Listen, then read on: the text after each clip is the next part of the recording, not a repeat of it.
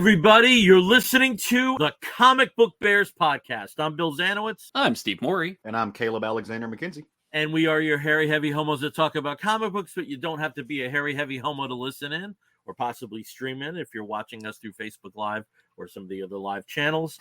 We're here for a live stream. It is Christmas in 4 days, and it is the end of 2022. A week beyond that. So this is our last live stream of the year. This will be our last audio episode as well. So thank you for joining us tonight. If you are joining us live again, if you're listening to this later, thank you for hitting play and enjoying our show. We are very happy to have you as part of our lives. So here, like cheers to that. Yeah. Like that was a very good introduction. Oh, thank you. Yeah. Thank you. There's something about the end of the year and the denouement of a particular year. Yeah, no. This is almost over. Let's get wax a bit more poetic about a few things. You're happy to, and it, really like the last few years, like there hasn't been a single year where I was like, gee, I wish I could live that one again. But it almost feels like we might get to that at some point soon. So. We already have somebody joining us here.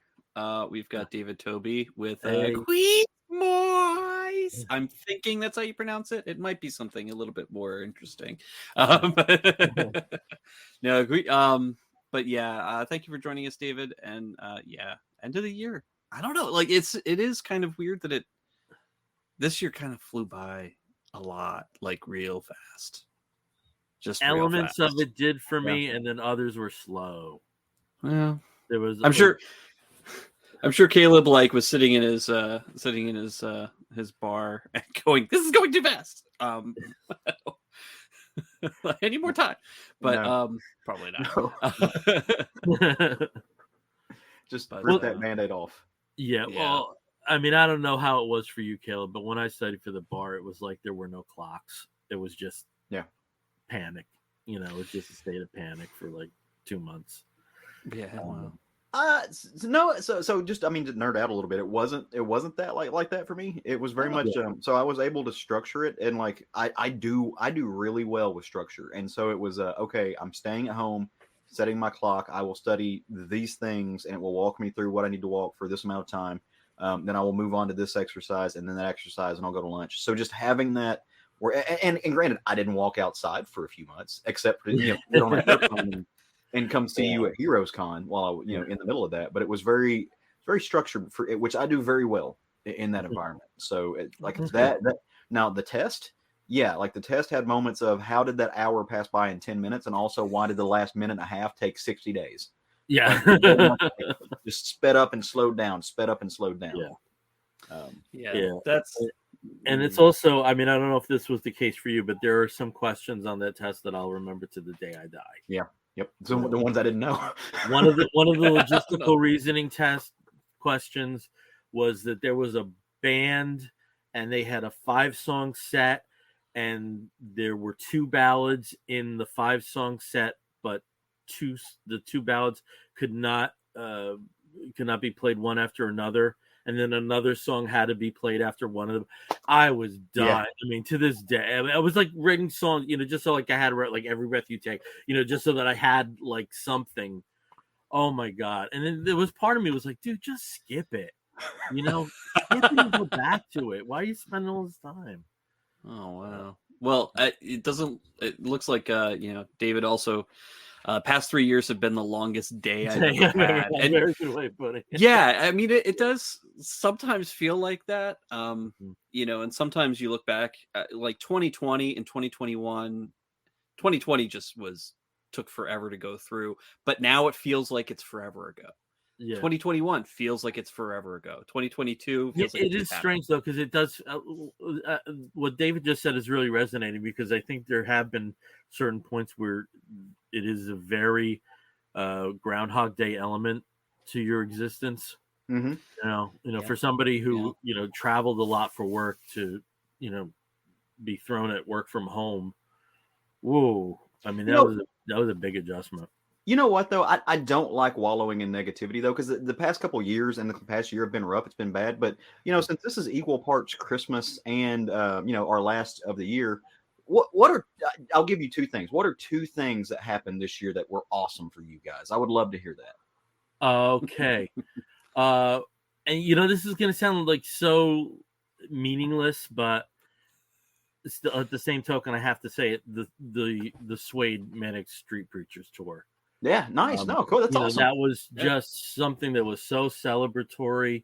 Tinged with sadness because likely if I have to see either of those bands again, I'm going to have to go overseas. But there was something that was so, as I said, celebratory about that event even happening. And then the other, I have to say, was meeting you guys, the heroes. You and Brian. That was fantastic. Was so delayed so many times because of the circumstances of the prior 2 years. Yeah, that's something that meant a lot to me. Awesome, Steve. What about you? Drop two things on us that just were awesome for you in the past year. Well, first off, getting to see you guys at Heroes Con was. All right. Well, I think this past year, in terms of like really exciting, really great, wonderful things, I don't know. I don't know if I've had. Well, oh yeah, there was one major one that started this year off wonderfully, and that was my trip to Hawaii. I've never been to Hawaii before. We spent just an amazing 10 days there, plus several days on either end, with some great friends of ours in California. And that I think was just like, that was a lot of just really wonderful all at once. Just being there was really great. Getting to see all these wonderful places on the Big Island. Some of those places which are now, dealing with lava flow, but it is just really wonderful. I got to see all of that and be there. But as for a second thing, I mean, I don't know. I mean, there was a lot of not great stuff that happened this year with the car accident and getting COVID and things like that. But I think in general, for a second thing that really, I loved was getting to see you guys every other week. Yeah. This whole year, which was just a wonderful thing.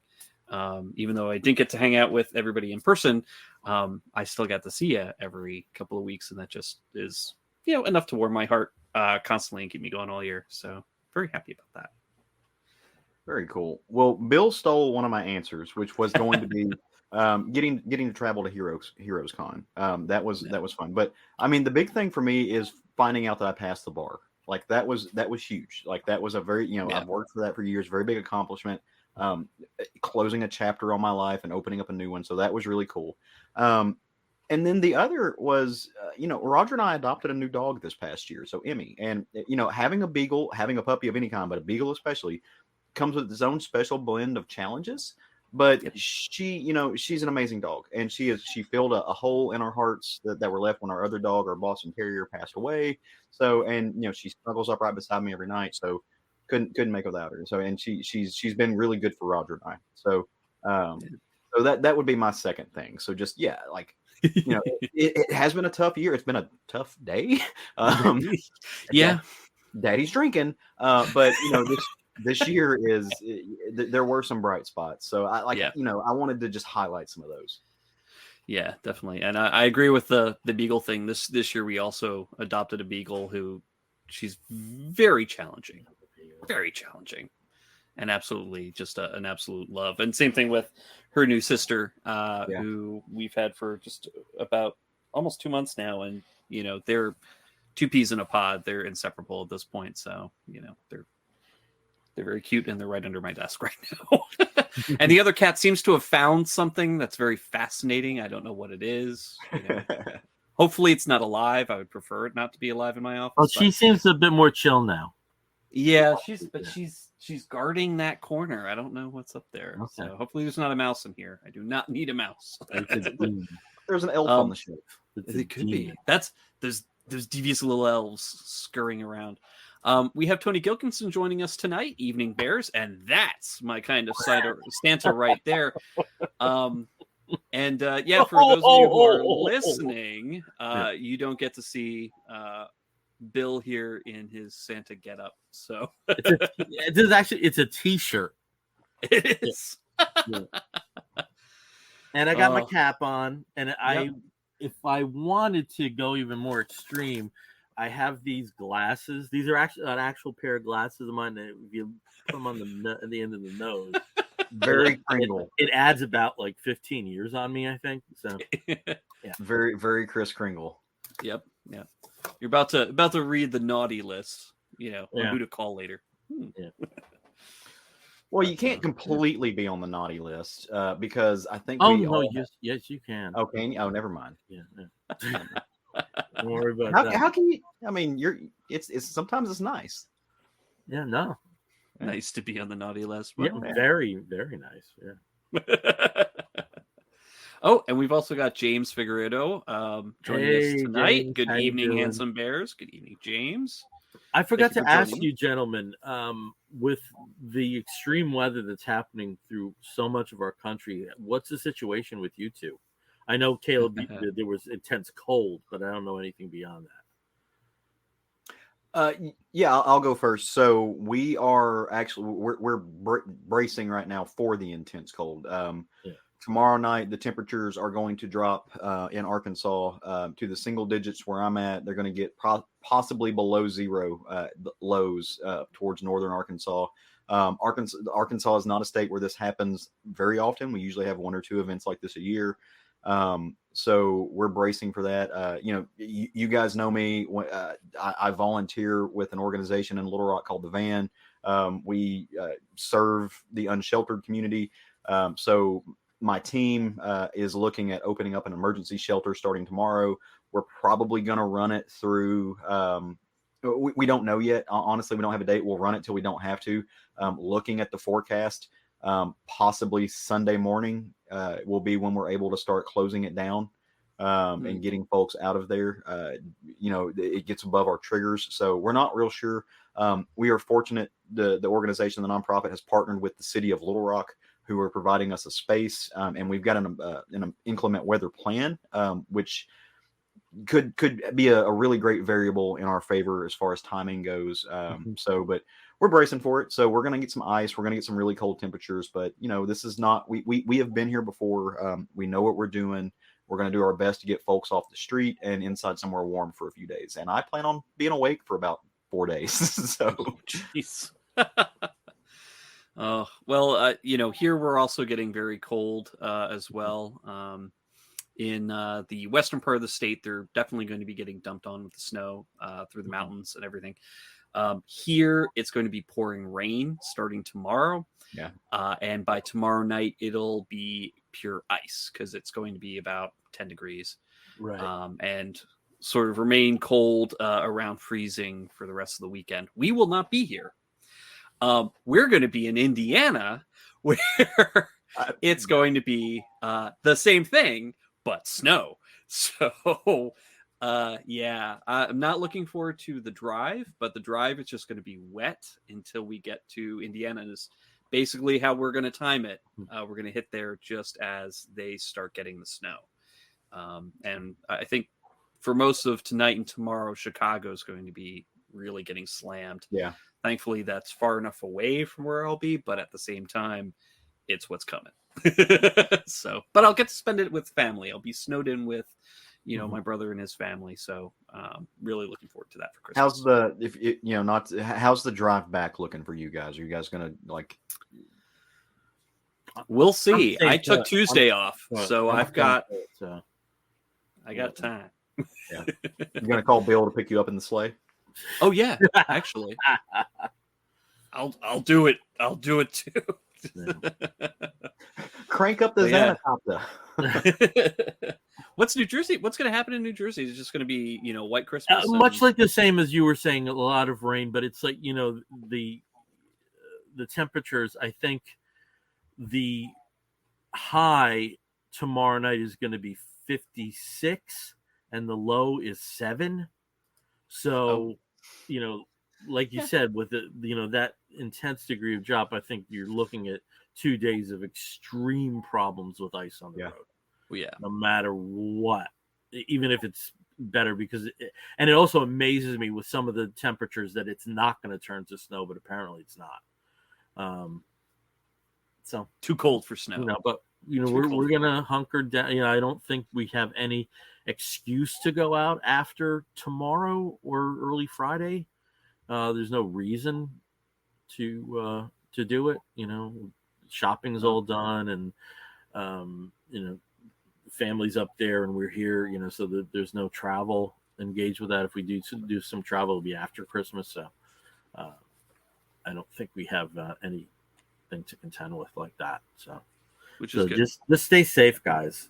Really, please stay safe. I wanted to just provide a little bit of a note about this show and the next show. When we do go into 2023, we're going to do some retooling for the show. There are some elements that we've neglected. We haven't had a lot of creator interviews in a while. Some of the formatting is we've gotten to the point at some shows where it's almost 45 minutes before we actually talk about a comic book. So we're going to do some retooling to bring the show a little bit more in line with how we used to operate. When you need a little bit of a reboot. So if you do tune in next time and the show itself looks a little different, it feels a little different, just understand that we're trying to roll with the punches, and that we recognize that there are some things that we've kind of put to the side, and we never feel like the show is an afterthought or rushed, but there are some things let's put it this way. There are some flowers in the garden that need tending. So we will be doing that a bit. But till then, it's going to be the same old shit. So, hey. So before we get to comic books, we are going to talk about news, but we're going to talk about some geekettes. Now, it's a little different because it's the holiday season. If you bought shit for yourself, it happens, so celebrate it. Oh yeah. I'm gonna go first because I just want to get something out of the way because something I got is so hysterical. This ties into the news that we have covering what's going on with the DC studios and the film world. But I figured it was a good time to check off all the boxes, so I finally got Sabek, which is not a bad pop for fairly uninteresting character in the movie. Yeah. So have that. Got some new vinyl. I did pick up through a sale. This was not Costello's current album, but the album before that. Hello Clockface. Hey Clockface, sorry. So I already had this on CD because I'm one of those people. But I didn't have a copy on vinyl, and most of his albums are now double albums, and found this at a really good price. But this is the thing I really wanted to show you guys. Every so often you find something at Ollie's that you just can't resist for yourself. And I ended up getting a collection of the most recent Marvel's Monsters Unleashed series. Yeah. But this is a little different. So it's a hardcover, but just look at the size.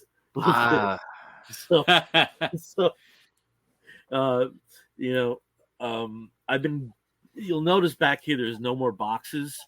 A lot of my books are in storage now. I got them into the bunker, and I got some very good short box workouts throughout this. But just as I was finished with this, I got to lug this thing. So, is that known as a coffee table book? As in, if you add legs to it, you can make it a coffee table? It's a coffee table. It should have the things like Seinfeld do. So just fold them down. And at some point, I'll open this when I have a lot of space on the floor to lay down. I'm jealous. I went and checked our Ollie's out because I heard a rumor that those were out at Ollie's and they just didn't have it, and I was Vince B said he thinks it was a Black Friday thing. Yeah. That's when they distributed them, and this was $7.99, if you can believe that. Wow. So I just wanted to show that to you guys. So I'm I don't know who else. Let's go to Caleb next.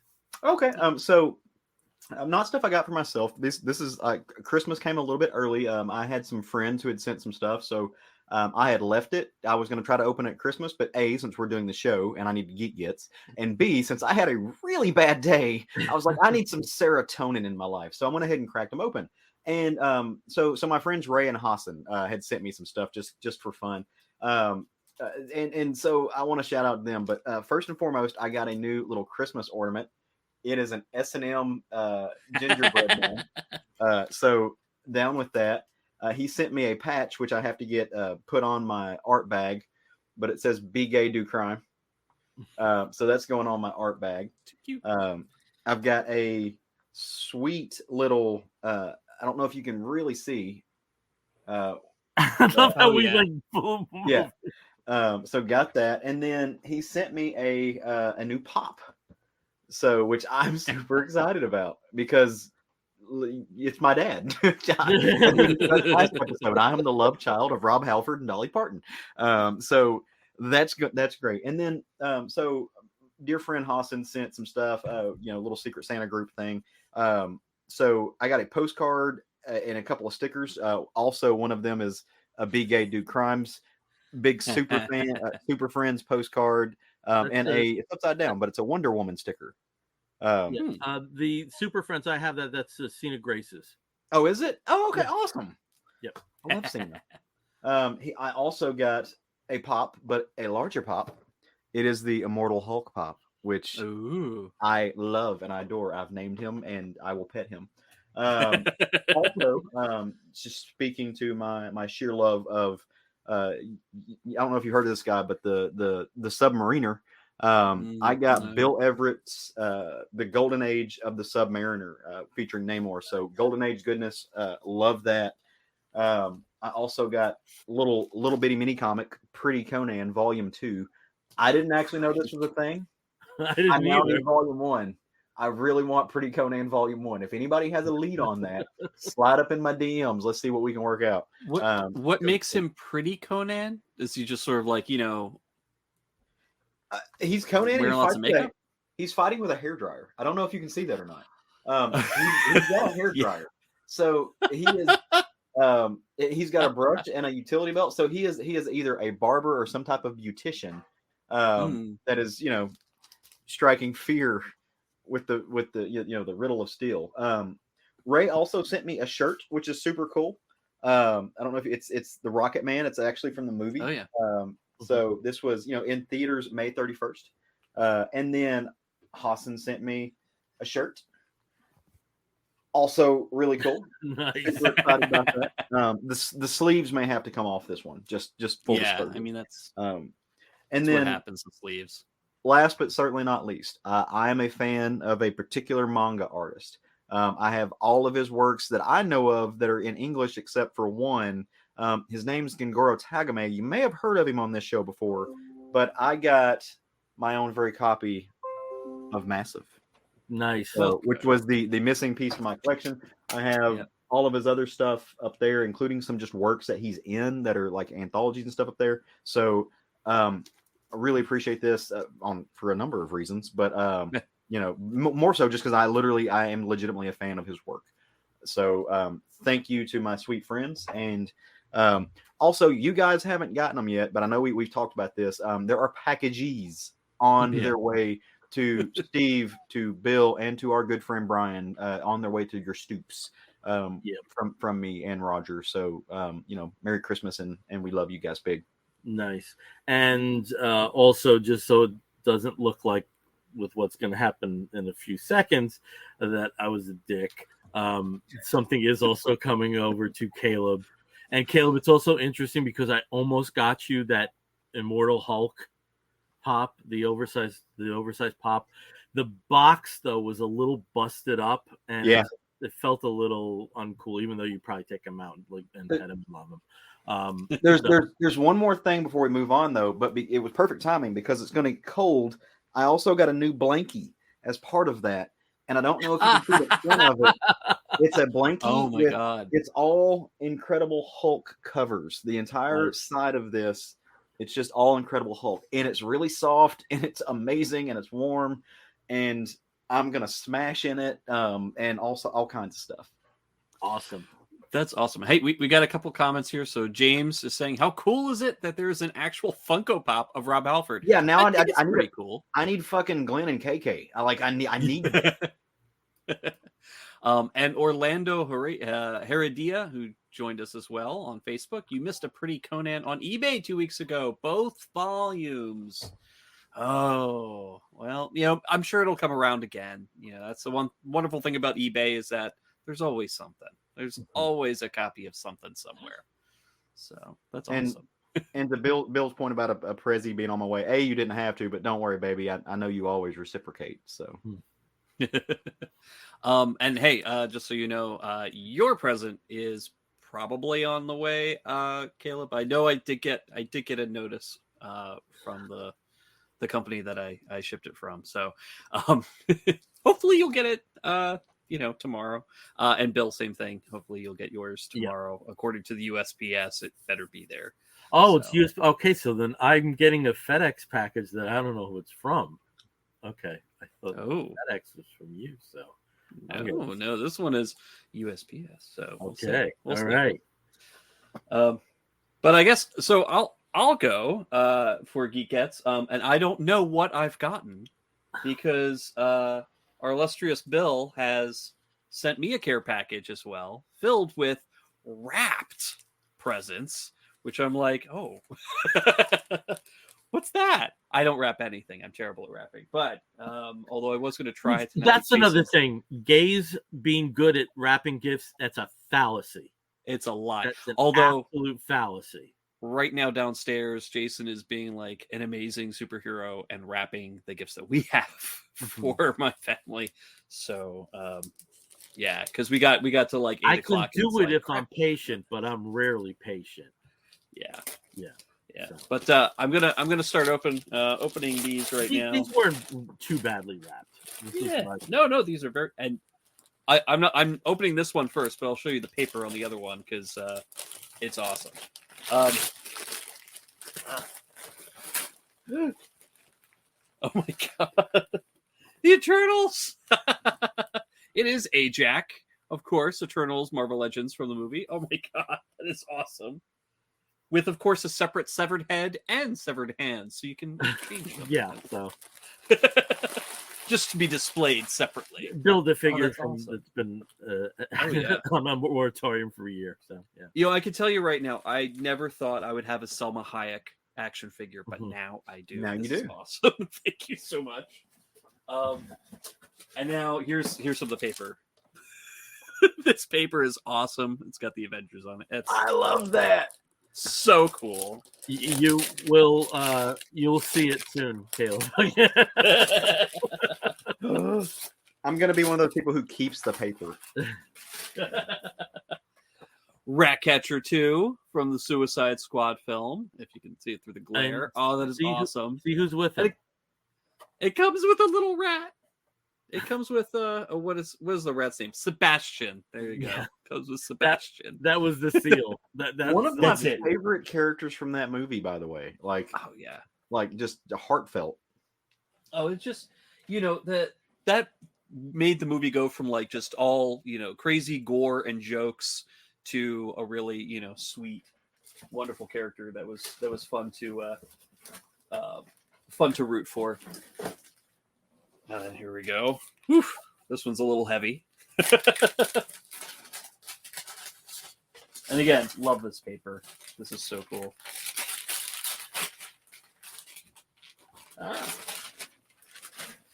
Oh my god. The Fables Encyclopedia. Nice. Oh yeah, I have all the Fables. I've started recollecting the big like omnibus deluxe versions. Yeah. And of course all of Ferris. I have all of Ferris and singles. I have all of it, all that stuff. Oh my god, this is awesome. I was hoping you didn't have it. I was hoping. No, I do not have it. This is so good. Good. Because I know you had gone through a bunch of the deluxe editions that Oh yeah, came through sell through. So I'm trying to remember if I've. There are also a couple little things. Haha. We got a Thor with Stormbringer, which is awesome. The stock and stuff is, which I do not have. I have all the other ones, like every single other one except for that one. And then, of course, there are these things, and these are really cool. Where did you get these? from a vending machine. Now, the thing is, you're not going to get this because there's no instructions there. If you take the wrapping off, they become a figure. Oh, is it? Oh, I could see like through. There's like a little hole at the bottom. Yeah. And so I guess you just you open it up and there's open it up and then the body is in there and you can put the heads on and you have like a little figure. So Flash, Joker, and what looks to be like Damian Wayne Robin. Which is pretty cool. Or just Robin. I don't know. Or just Robin. Yeah. It could be any of them, really. This is awesome. Thank you so much. Yay! And I could put the store with all the other ones and finish the giant train boat thing that they're all supposed to be on. Seriously, that's the only one you were missing? That's the only one. Yeah, I've got all of them. I've got Mighty Thor. I've got Rocket, I left out with a second bot. Oh man, I got all of them. Oh yeah. Bill says that like he didn't have a conspiracy where he called all of the stores in your area and it's like, do not give this guy the Thor. You know what? The next time he comes through, give him a Sonic and a Scoob. Tell him it's around. Whatever else. I got very New Jersey on the phone. I was like, listen, there's going to be this guy. His name is Steve. Go in the back, and if he comes in, first of all, don't let that nice guy shit fool you. He's shit. I'm a total go in the back. Whatever you got Barbie, you got Hot Wheels. That's what you give him. That's what you give. You give him anything else? No fucking Thor. No Thor.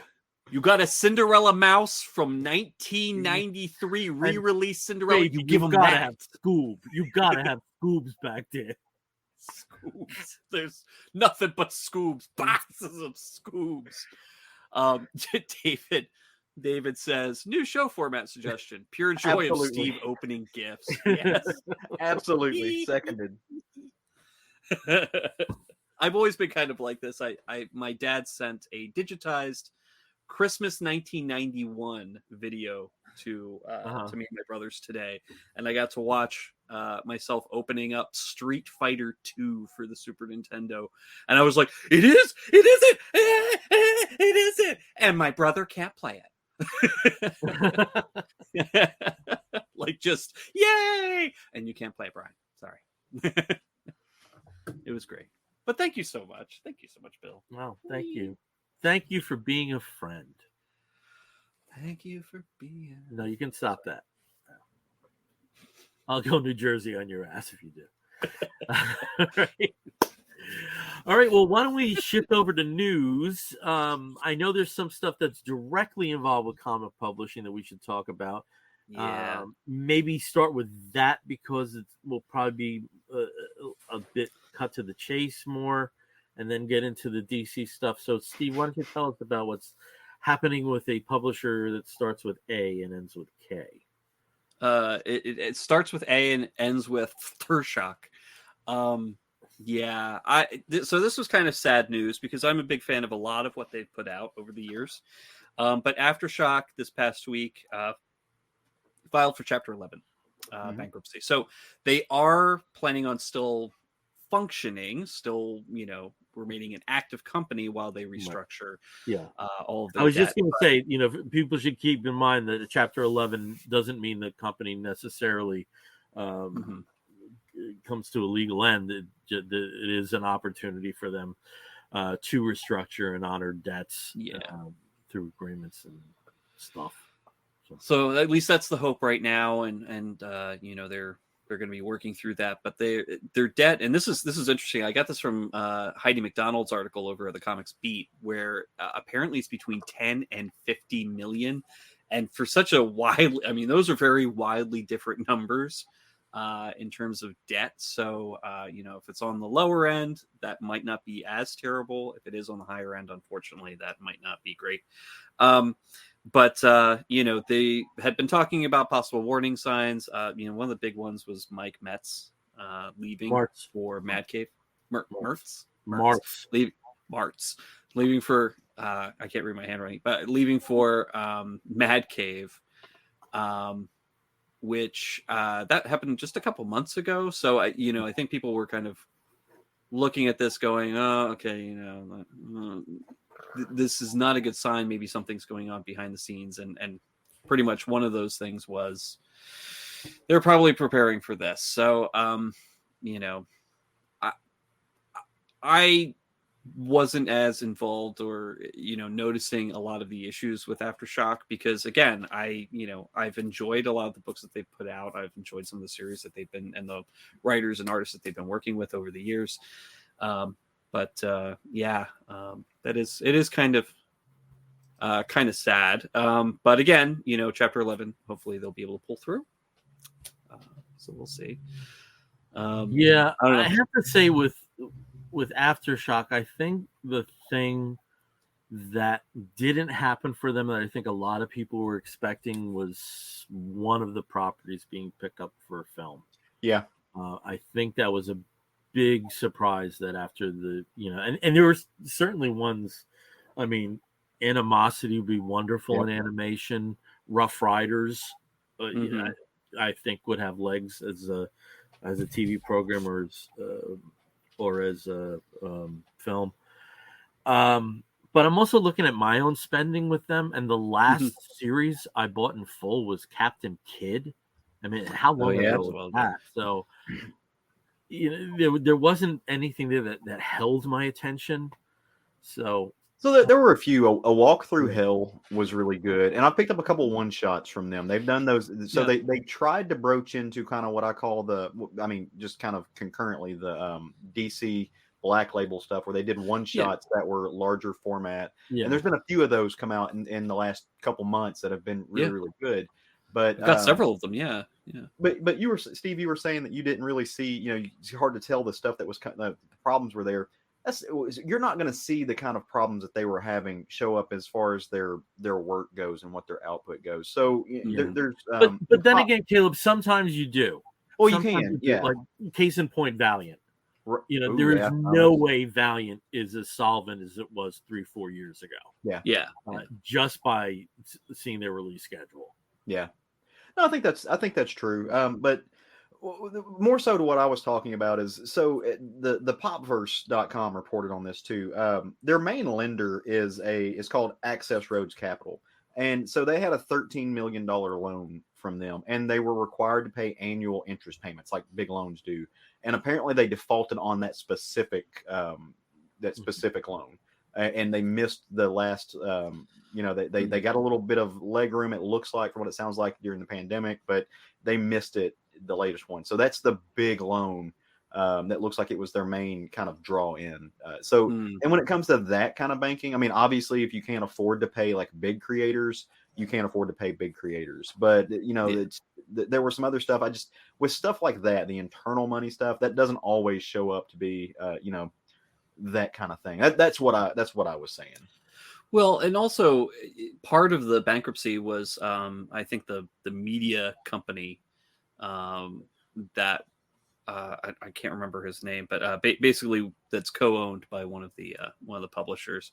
That I think was probably, costs and expenses with that, being rolled in together with this. I think Bill, you'd mentioned it, something about. They had been positioning themselves trying to get media properties off the ground with what they've been publishing. And, a lot of that was not panning out. And I'm sure that there was a lot of investment tied up in that. And so that is part of the chapter 11 is, the media, the related media company. Yeah. But, we can see. And unfortunately, too, they're not the only company that seems to be having a little bit of a struggle with paying, some of their debts, including some of the creators. And that's Heavy Metal Magazine also seems to be having an issue. They've missed their payments for this month. And that comes on the heels of licensing out the publication of Heavy Metal Magazine to Whatnot Publishing. Whatnot, who's popped up again. Mm-hmm. Can I tell you this one thing? If you put a gun to my head and told me, describe the corporate structure of Whatnot, I'd be in real trouble. Yeah. I'd be I don't have a clue. I don't understand it at all. I don't understand how the auction end of it aligns with the publish. I'm just baffled. See, Bill, it has to do with the blockchain. Have you heard about the block? No, I'm sure it's probably explainable the same way that that cryptocurrency is explicable at this point. How Whatnot works, but I bought some of their books. I don't read any of them online, so who knows? Same. Yeah, I mean, but yeah, so heavy metal, of course. But they've also been doing some internal restructuring. They've hired essentially a hatchet man to kind of go in and trim the fat out anyway. Efficiency expert. Yeah, efficiency expert. Somebody to do the firing and downsizing for them. Yeah. So I'm sure they're just trying to figure out how to avoid falling in the same trap as Aftershock is right now, with having to file for bankruptcy. So trying to head that off, but we'll see. It is always kind of sad to hear a company having trouble, especially in the comics world. But also at the same token with heavy metal, it seems that they are recognizing that they can't proceed, at least at the current time, as the course they were on, and their first ever relaunch of the magazine with a new number one after. Yeah. I mean, when did that start? 78. 78 in the States, and probably like 4 or 5 years earlier is Metal Hurlant overseas. And from what I understand, there's also a divergence now between Metal Hurlant and heavy metal. Like there's some corporate segmentation where it didn't exist before. I don't know. Yeah. Well, there was that TV show. There was a metal that's TV right. series a few years back. But it was Metal Hurlant. Not heavy metal. So I don't know if that was if it was maybe the other type. I don't know. Yeah. But, yeah. Anyway, that's kind of the depressing news. Depending on how you look at the next bit of news, though, that could be depressing. It could be kind of hopeful. I'm choosing to remain hopeful with it. And that is all the stuff that's still coming out about the James Gunn, Peter Safran, takeover of DC Studios. We did have some disappointing news, of course, with Henry Cavill not returning as Superman, at least in the 10-year plan that since we're gonna wait, you also talked about Wonder Woman 3. That happened. Yeah, Wonder Woman 3. Well, we talked about that last time. I don't. Did that really hit? Yeah, it was Patty. I don't think we did. I thought we talked about it among ourselves, but I don't think we talked about it. Oh, maybe. Yeah, Patty Jenkins. Yeah. So Patty Jenkins did clarify, that it wasn't that they threw her out, baby with the bathwater kind of thing. But it just the treatment that she provided just didn't fit in with the plan and the direction that they were going. And again, they've had talks with Jason Momoa. They've had talks with Ben Affleck. They, spoke with Henry Cavill and let him know that in the new Superman movie that's being planned, that James Gunn is going to be writing, it is not one in which Henry Cavill will be reprising his role. And then also Dwayne Johnson got the bad news too, that Black Adam is not in consideration for the next plan. So he was very unhappy about that. There was some metaphorical chairs through windows kind of things, but we'll see. Gal Gadot, for her on her end, has not been let go, so to speak, as Wonder Woman. So there's a possibility maybe she will continue to be Wonder Woman in some aspect, or maybe as a cameo. Zach Levi just today had also had that question about Shazam, whether he'll be continuing as Shazam, and he basically said he was fine. So there's a possibility that Shazam might continue in that, because Shazam, I think, is kind of in a weird position because there's no relation whatsoever to the Snyderverse, or very, very, tenuous Snyderverse kind of relation. But the big message that's being pushed out there is that anything that Zack Snyder had touched and the plan that he had for those films and the characters, that's done with. So anything that was related to that is done. See, that's the thing, is like, I don't see that as all Zack Snyder. You know, no, absolutely not. Absolutely not. I'm a little tired of hearing that too. Well, but there was connection to all of those films, most of those films, through what, you know, Zack Snyder's main films had been, for better or worse. But also the other thing that came out from this is that Peter Safran and James Gunn are the ones in charge here. Hopefully they're not just kind of like talking, you know, like pie in the sky. But one of the biggest issues that WB had before with their DC films is so much corporate interference and intervention on the direction, how they want to present the films, how they want to present the characters, how they want to, you know. So even if Zack Snyder, you know, may have been kind of the architect of some of those films and the characters, how they're presented, so much what he was doing was also being sort of interfered with and re-edited. I mean, Justice League is a big example of that. So we'll see. We'll see I think on that end, it's to kind of be in the middle of you guys. It's real easy to maybe create drama or to see drama and conspiracy in conjunction with Snyder when there may not be. So when you have to think of the baggage of all the, like, the Snyder cut and the, you know, the Snyder Gate and whatever crap that was, when it comes along with him, right? So that there's that connection there. But like when you boil it down, what do we have here?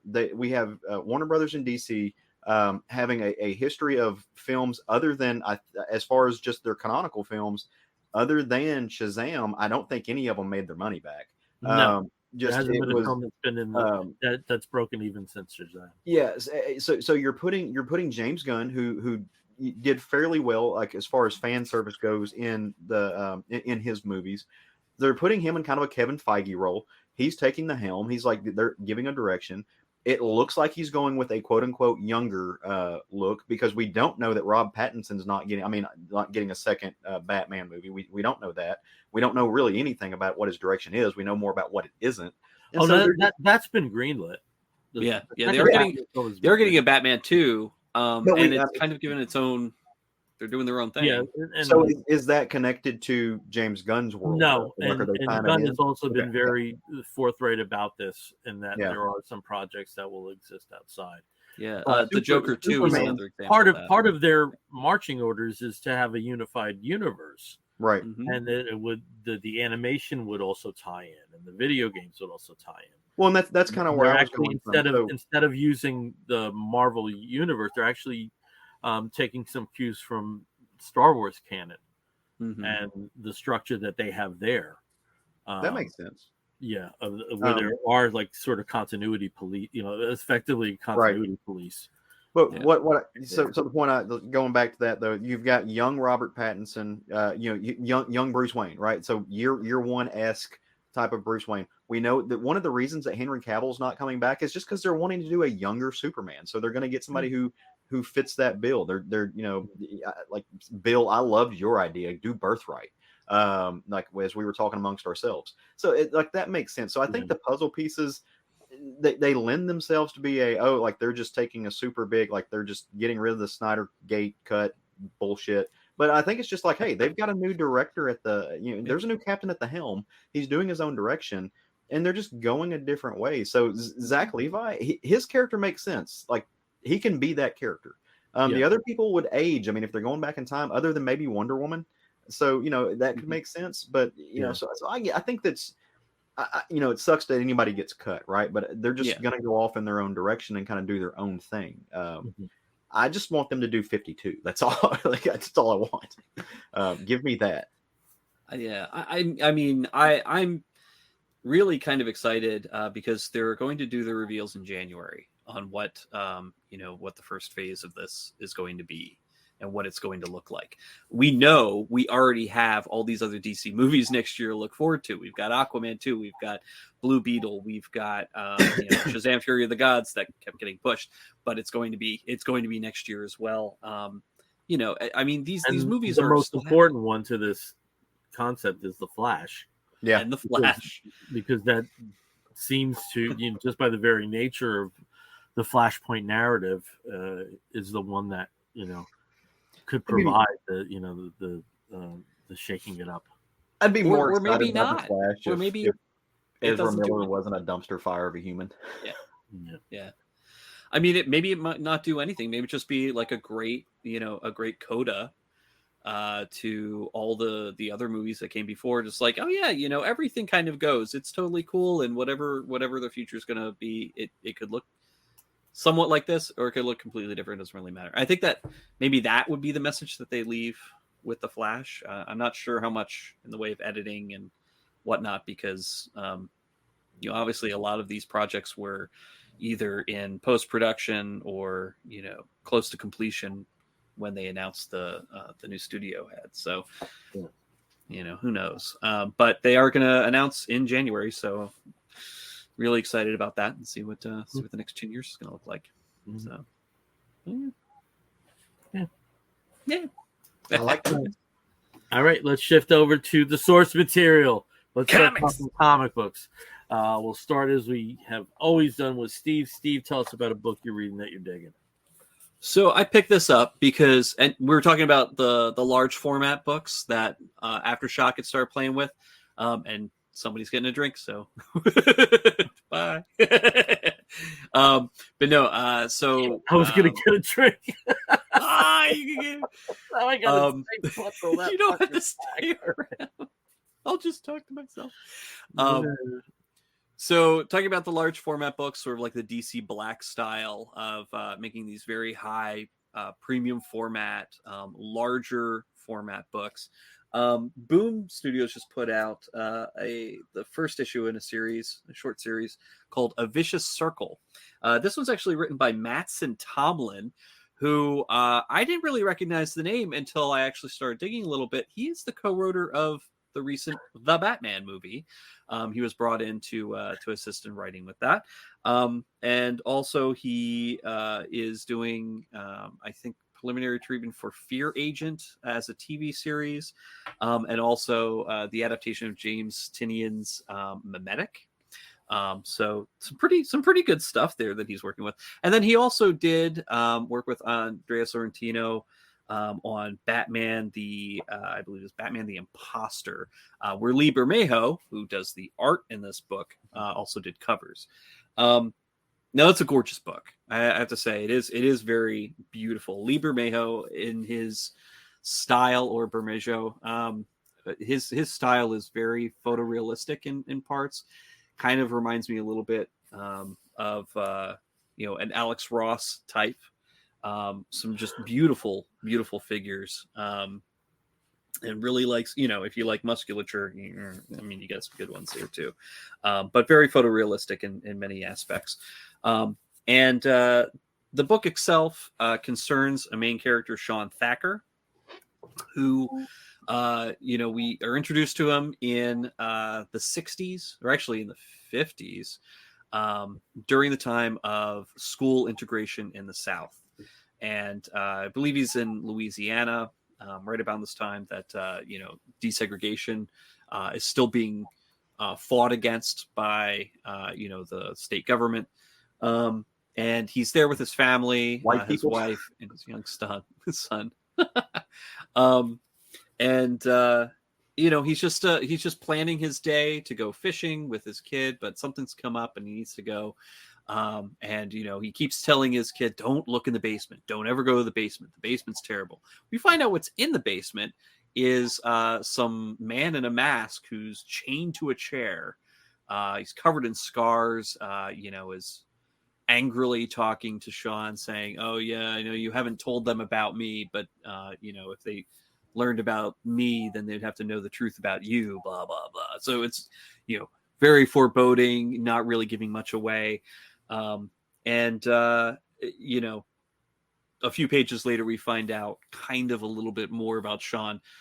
He's not from there. In fact, he's from a very different time in the far future. He and this other person, this other creature, have both traveled back to this time period. Sean's captured him and kept him, locked in his basement this whole time. But you know, you don't really necessarily know why. Well, Sean ends up coming back home after spending time outside, finds his wife severely beaten and his son almost dead, and of course the person he had chained to a chair missing in action. And you know, as they're sitting in the hospital and his son is dying, he tells his wife, you know, once her son dies, I will be gone. And she's like, you know what? Whatever happens, you keep going. You find this guy who killed our son, and you finish it. Whatever you need to do, just finish it. And his son dies. He closes his eyes, and he wakes up in some weird, bizarre future where everybody's covered in like all sorts of cybernetic modifications. And that's where I think this gets really interesting, is that any time either Sean or this other character take a life, doesn't matter which one does it, but both of them are then blasted to some other time period. And it happens any time that a life is taken. And we really see this in just a really beautiful montage where the other character is basically killing different people, and they're just bouncing back and forth across time periods, to the Civil War, to the far future, to somebody's backyard shed, until finally Sean is left in a place where it might be a little bit difficult to leave again. So it's a very interesting concept around time travel. You know, we're not really sure exactly why they're both going. Somehow Sean was originally sent back to stop some kind of death machine from being created, whereas his opponent was sent back to try and keep that death machine from being destroyed. Not really sure, you know, who's really the good guy here and whose perspective we can really trust, but it's a very interesting concept, and I'm looking forward to seeing more of it. But yeah, it is put out by Boom, and it's a beautiful book. So if you're a fan of Lee Bermejo or Bermejo's art, definitely check it out, because it's gorgeous, and the writing's really interesting. You know, from the guy who was one of the co-writers on the Batman. There you go. If you liked it, maybe you'll like his writing too. So yeah. So I don't know. Has either of you read this? Steve, one of the reasons I stepped away, A, because I needed a refill, but B, I have this and I have not read it yet. So I was I wanted to step away while you weren't reading it, while you weren't discussing getting into detail. So I didn't miss anything. It's on my stack of things to read. But I'm also a fan of Lee Bermejo. I pick up most anything that he does, because it's what he's able to do. Yeah. Like, you just don't see anything else like it. It's stunning work. But I haven't looked at it yet, but you mentioned the kind of like the cyberpunk aspect of it. And I don't know that I've ever seen him do anything like that. So I'm kind of excited. Like, this seems like maybe it's something new for him. I mean, the man can draw leather like nobody's business, right? Like, if you look at the Batman, Damned, any of his Batman work, it's just incredible stuff, incredibly detailed. But yeah, like, I don't know that I've ever seen him do anything like that. So I'm excited. Like, this is gonna be a fun read. I will say, I don't know if you got it on sale, but it's a little pricey. I mean, it's 48 pages for what, $10? $10. Yeah. It's $10. You know, and again, large format. So it's up to it's up to you to decide whether it's worth it. But you know, I mean, the black and white art in here at the beginning of the book, it's beautiful. And then once the colors start popping, for every era that they go through, you get very different color schemes. And I'm trying to think who did the colors on this one, because they did an amazing job. Oh, well, it was Lee. So yeah. So every time he draws a different era, he completely changes the color palette. So it's very beautiful. Recommend. Yeah, I have to plead ignorance for anything he's done that's not DC. Yeah. So, but I totally agree with you, Caleb. I mean, you know, we had glimpses of some of the Batman Damned style with his work on Beyond Watchmen, and he just had what was the Batman series he just had out? Oh God, what was the name of that? It wasn't Damned.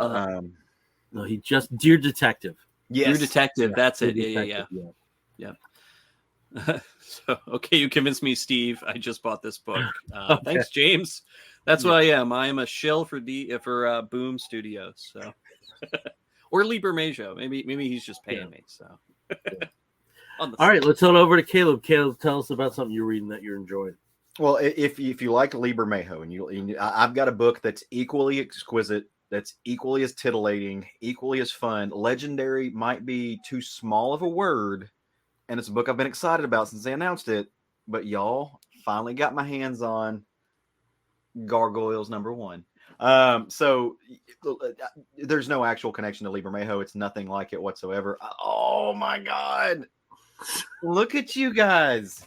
Well, so those are okay. Like also put yours back up. So this will be the screenshot for the show. Which one? All of them. Don't you have 5? Yeah. How many do you have?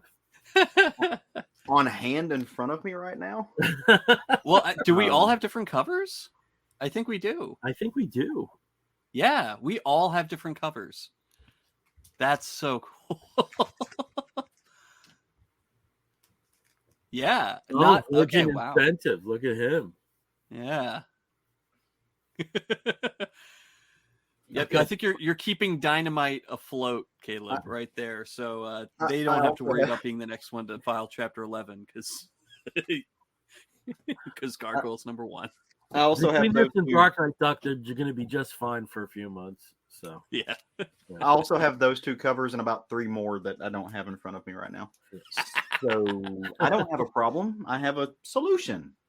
Nothing wrong with being a completist. No, I mean, I just look at that. Look at it. Look how cute. That's Tony Fleece. I could not find Tony. That one. Yeah, Tony Fleece and Trish Forstner. That's their Virgin variant. I had to. I mean, I love Tony, so I was going to get it regardless. But so I do have a question before we go forward. Is one of your copies the purple sketch cover? No, I don't have the purple sketch cover. To me, that would be one you would get to get a sketch cover that's a one of a kind for you. They also had a red one, didn't they? A red sketch cover? They do. I don't get sketch covers. I very rarely because so I do buy a lot of OA. I mean, yeah, that I love. Yes, OA. they do have a red one too, Steve. But I don't get OA on sketch covers, and I don't know why. It's just a personal preference. If I'm going to spend money on OA, I typically want it to be something that if I want to frame it, I can frame it, which I guess you could. But I usually get something a little bit bigger. It's when I get commissions or I buy pages. So I think I may have one. I think I have a Black Panther sketch cover that I got from Greg Bo Watson, who, if you're not familiar with him, he does a lot of like cheesecake stuff. All I can say is, once you start, I mean, I got so many here. Yeah. It's like ridiculous. Yeah, I'm never going to get sketches on these. I'm never going to, I'd have to go to like, what do you call it? Like the Kubert School open houses where everybody has to do. I would love that. And some I got are so stupid. Like Dr. Spectre. Like who the hell knows what the guy looks like? It's just one of the with Turok and Magnus, one of the characters. The last one I saw, the last Dr. Spectre I saw, whoever was drawing him made him kind of look like Morton Downey Jr. So I don't know. Yeah, so like, how the hell do they know what they look like? And he was on the book, like he was the guy.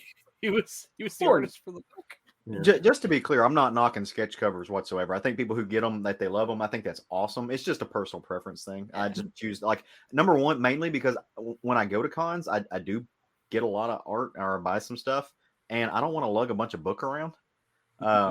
So I just, it's just personal preference. Just that. But have either one of you seen the cartoon? So I want to start from there. So, as I said when I was talking about Batman the Animated Series back then, I saw some episodes, but I was in my 20s and I was doing things that people in their 20s do. Perfect. Okay, so there's probably some things in this book that didn't either make sense or that you didn't connect to, because I have one question for clarification and one question that I was literally like, I don't know what's going on. So we'll get to that after you talk. Okay, so like I said, it does help if you have seen the cartoon, because there's a lot in here that references back to it. It's very self-referential, and part of that is because it's written by the same person who wrote the cartoon. which I think is amazing. Greg Weisman, who, if you're familiar with him, he worked on The Spectacular Spider-Man, worked on Young Justice. He was a producer for Young Justice. Obviously, helped create and produce Gargoyles. This is kind of his baby. So he's coming back home after all these years, which again, I love. I think that is fantastic because of that continuity aspect of it. It's illustrated by George Cambideus with letters by Jack Eckelberry. And just like I said, a whole host of covers. But this story takes place what looks to be in the middle. It takes pieces of the canon. We don't know all of it is included. Obviously, some of it's not, but it does look like it takes place after the third season. It's a few years jump to the future. And it starts off with Elisa, who is one of the main characters. She's a cop in New York City. Her and her longtime partner they're patrolling. They're doing their thing, and somebody's hijacked a car, and they're chasing them down. Waste no time. The Gargoyles swoop in, save the day. So we come to find out what's some growth, some things that if you're a fan of the cartoon, you didn't know. Since that time, Elisa and Goliath, who is the leader of the Gargoyles, it's his clan, they finally hooked up. They are officially boyfriend and girlfriend. One of my questions, if that was an element of the series. Yeah, it was always, they were always flirting. It was always hinted at, but unless I just have completely forgotten, part of the third season never was just fulfilled. We never saw that, but it was so we're finally getting that moment. So how does that? Don't look. Don't how ask. Does that work? Look, how suspension. I mean, to be fair, we don't know what gargoyle anatomy looks like, but it could essentially work the same way it could work, right? Also, he looks like he has a third leg to me. Look, I'm just saying. But look, I also very don't loose loincloth. I don't confess to know a lot about heterosexual sex. I've been there, but I've moved on to other neighborhoods. So who knows how it works? I don't know. Comic books, man. Suspension of disbelief. If Plastic Man can stretch, then so can Elisa. But they are officially girlfriend and boyfriend, and the clan is still living on top of the tower, which was formerly owned by a very wealthy megalomaniac. His name was Xanatos, but he could be every other very wealthy billionaire megalomaniac that we all know of. He owned the tallest building in the world in New York City, and then he perched a castle on top of it, which is how all of the Gargoyles got to Manhattan. And so, again, see also the entire series. It's awesome. But the gang's all there, right? Like, you've got Hudson, you've got Brooklyn, you've got just all of them, Lexington, the whole crew. The only one you really don't see is Bronx, the Gargoyles dog, which he's not in the first issue, which I was just like, where's my boy at? Because he's cute. He's the Gargoyles dog. But this issue kind of walks you through where they have come, where they're coming to now. Brooklyn is now married to one of the characters. I say married, he's whatever the version of marriage is, to one of the characters that he met in feudal Japan, who's also a gargoyle. Like, they're all spread out all over the world. And Lexington still being Lexington, he's the little green guy. He's whimsical, childish, and fun. Brooklyn, Hudson still leading the charge. He's still being Goliath's mentor. He's the old grizzled one. And then last but not least, you see the character who is, for better or worse, one of the kind of self-described as a lovable oaf. He's the tubby one. He's the one that always has a joke to go into. He's Broadway, and he's now dating Goliath's daughter, who Angela was a hatchling that Goliath didn't know he had. It's the child of Goliath and Demona, who's a character we also don't see in this book. But she's the quote unquote big bad, and throughout the entire series, she's kind of like Mystique. If this were an X-Men analog, she would be Mystique, or maybe the White Queen. There's a little bit of both wrapped up in there. But they're protecting New York, right? It's like, this is essentially a mix between getting the clan together and reminding you who all these characters are, plus introducing some new folks. The Rookery has hatched new cute little baby gargoyles, and some of them have grown up. You've got an angsty teenager who is the son of Brooklyn and his bride. and his name's Nashville, but don't call him Nashville. He goes by Nash with a silent G, right? Like just angsty teenager shit. So while all that's going down, obviously, shenanigans have ensued in Manhattan. Characters from the show who are big bad guys, who are mobsters, they've been arrested. They are sent to jail. Just as part of humor, because apparently this is how prison life works. The Elisa and the rest of the team made sure that they were cellmates. But what this did is it created a power vacuum, and those two are very much still at each other's throats. But their crews on the outside are at war, and they are going insane at one another. Like bodies are dropping in the streets, and that's what the Gargoyles are up against. They see all kinds of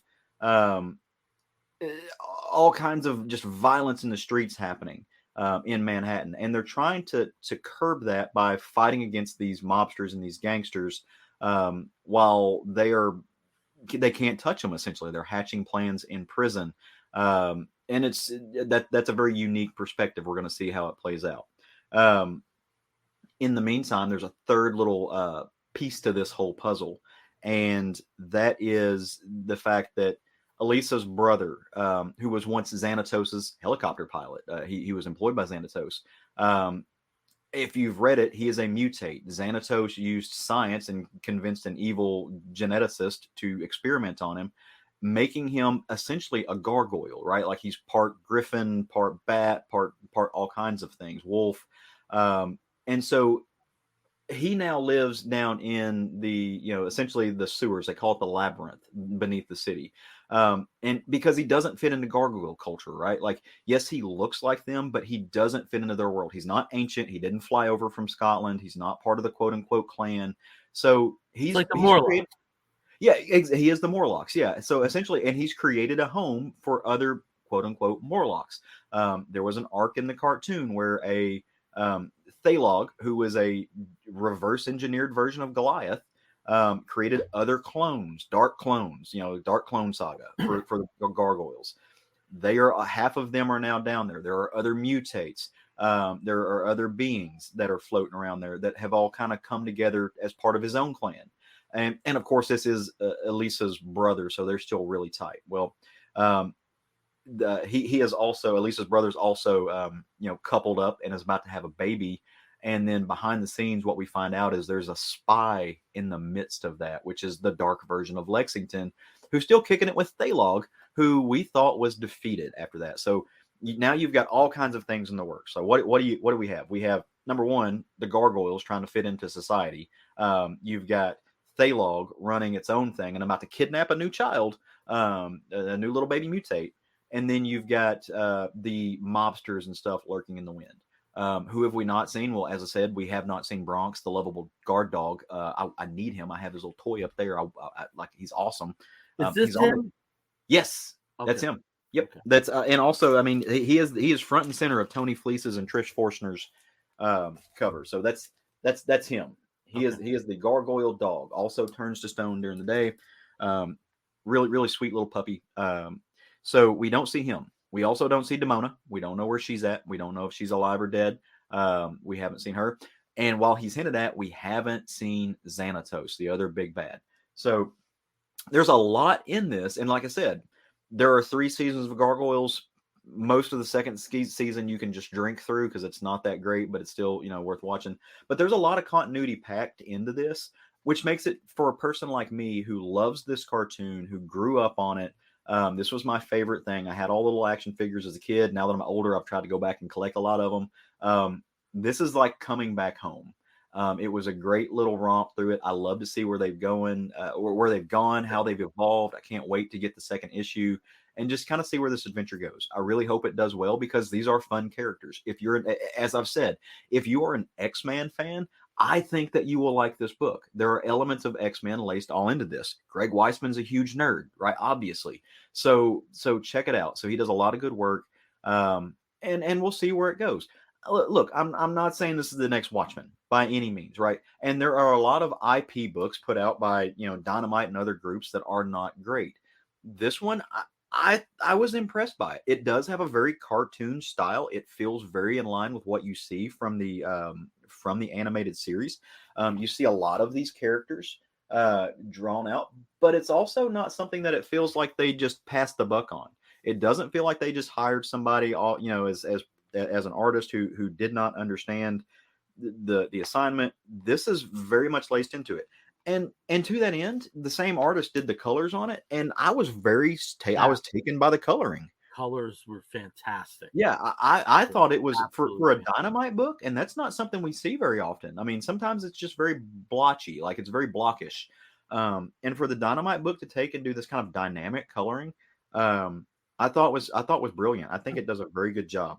By the end of the story, the sun comes up, as all good gargoyle stories should end. The gargoyles turn to stone. Elisa goes about her business. She's got a city to be a police officer for, and so we're going to see what the detective does and what kind of shenanigans ensue. But for those of you who are fans of the comic, you're going to love this, man. It harkens back to all the stuff. But I'm curious to see, and I would love to hear now that you guys have both read it, for people who haven't read the comic, what your experience reading this was like. Did you feel like it was like over inundated with stuff that you felt like you didn't know, or were you able to just go with the flow? I was able to go with the flow because of the narrative device of having Elisa effectively be the narrator for the first 4/5 of the book. I thought that was a really good device to bring me into this world, to economically tell me what the Gargoyles world is like, who inhabits it, and also with her being part of the actual action, providing the template for where things are now. Some of the things that I have questions about are things that I imagine will be filled in, even if I don't watch an episode of the series, will later be filled in with the comic book. Like one question I have is, okay, all these gargoyles are named after sections, boroughs, or streets in the borough of in New York. Were they born with those names, or did they acquire them? So that's what I have a question. Like, did they travel to New York and then take on those names? I wasn't clear on that. Yeah, so I can answer that real quick, and so part of the actual narrative, it like lays out a little bit of the story, but the gargoyles come from like ancient Scotland, right? That's where they were, and so they defended their castle and defended their humans. They were betrayed by the humans that they quote unquote protected, and a spell was cast on them, and it turned them to stone. Now, part of the permanently. Part of the spell was that it would not be broken unless the castle rose above the clouds and flew over the oceans. Xanatos, megalomaniac billionaire that owned the building and the castle, found it, wanted the archaeology, and also wanted to lift his tallest building up by 200 feet. So he had the entire castle, again, cartoon science, right? Lifted up and airlifted to Manhattan from Scotland, breaking the curse. Up until that point, Goliath was the only one with a name. He was the leader of the clan. So also, I don't know why Hudson didn't have a name at that point, because he was the prior leader of the clan. But again, whatever. So when they land in New York and they start hanging out with all the people, they start to realize, hey, this is a different society, and like maybe we can have names. Maybe we're more than just guardians. Maybe there's something to us.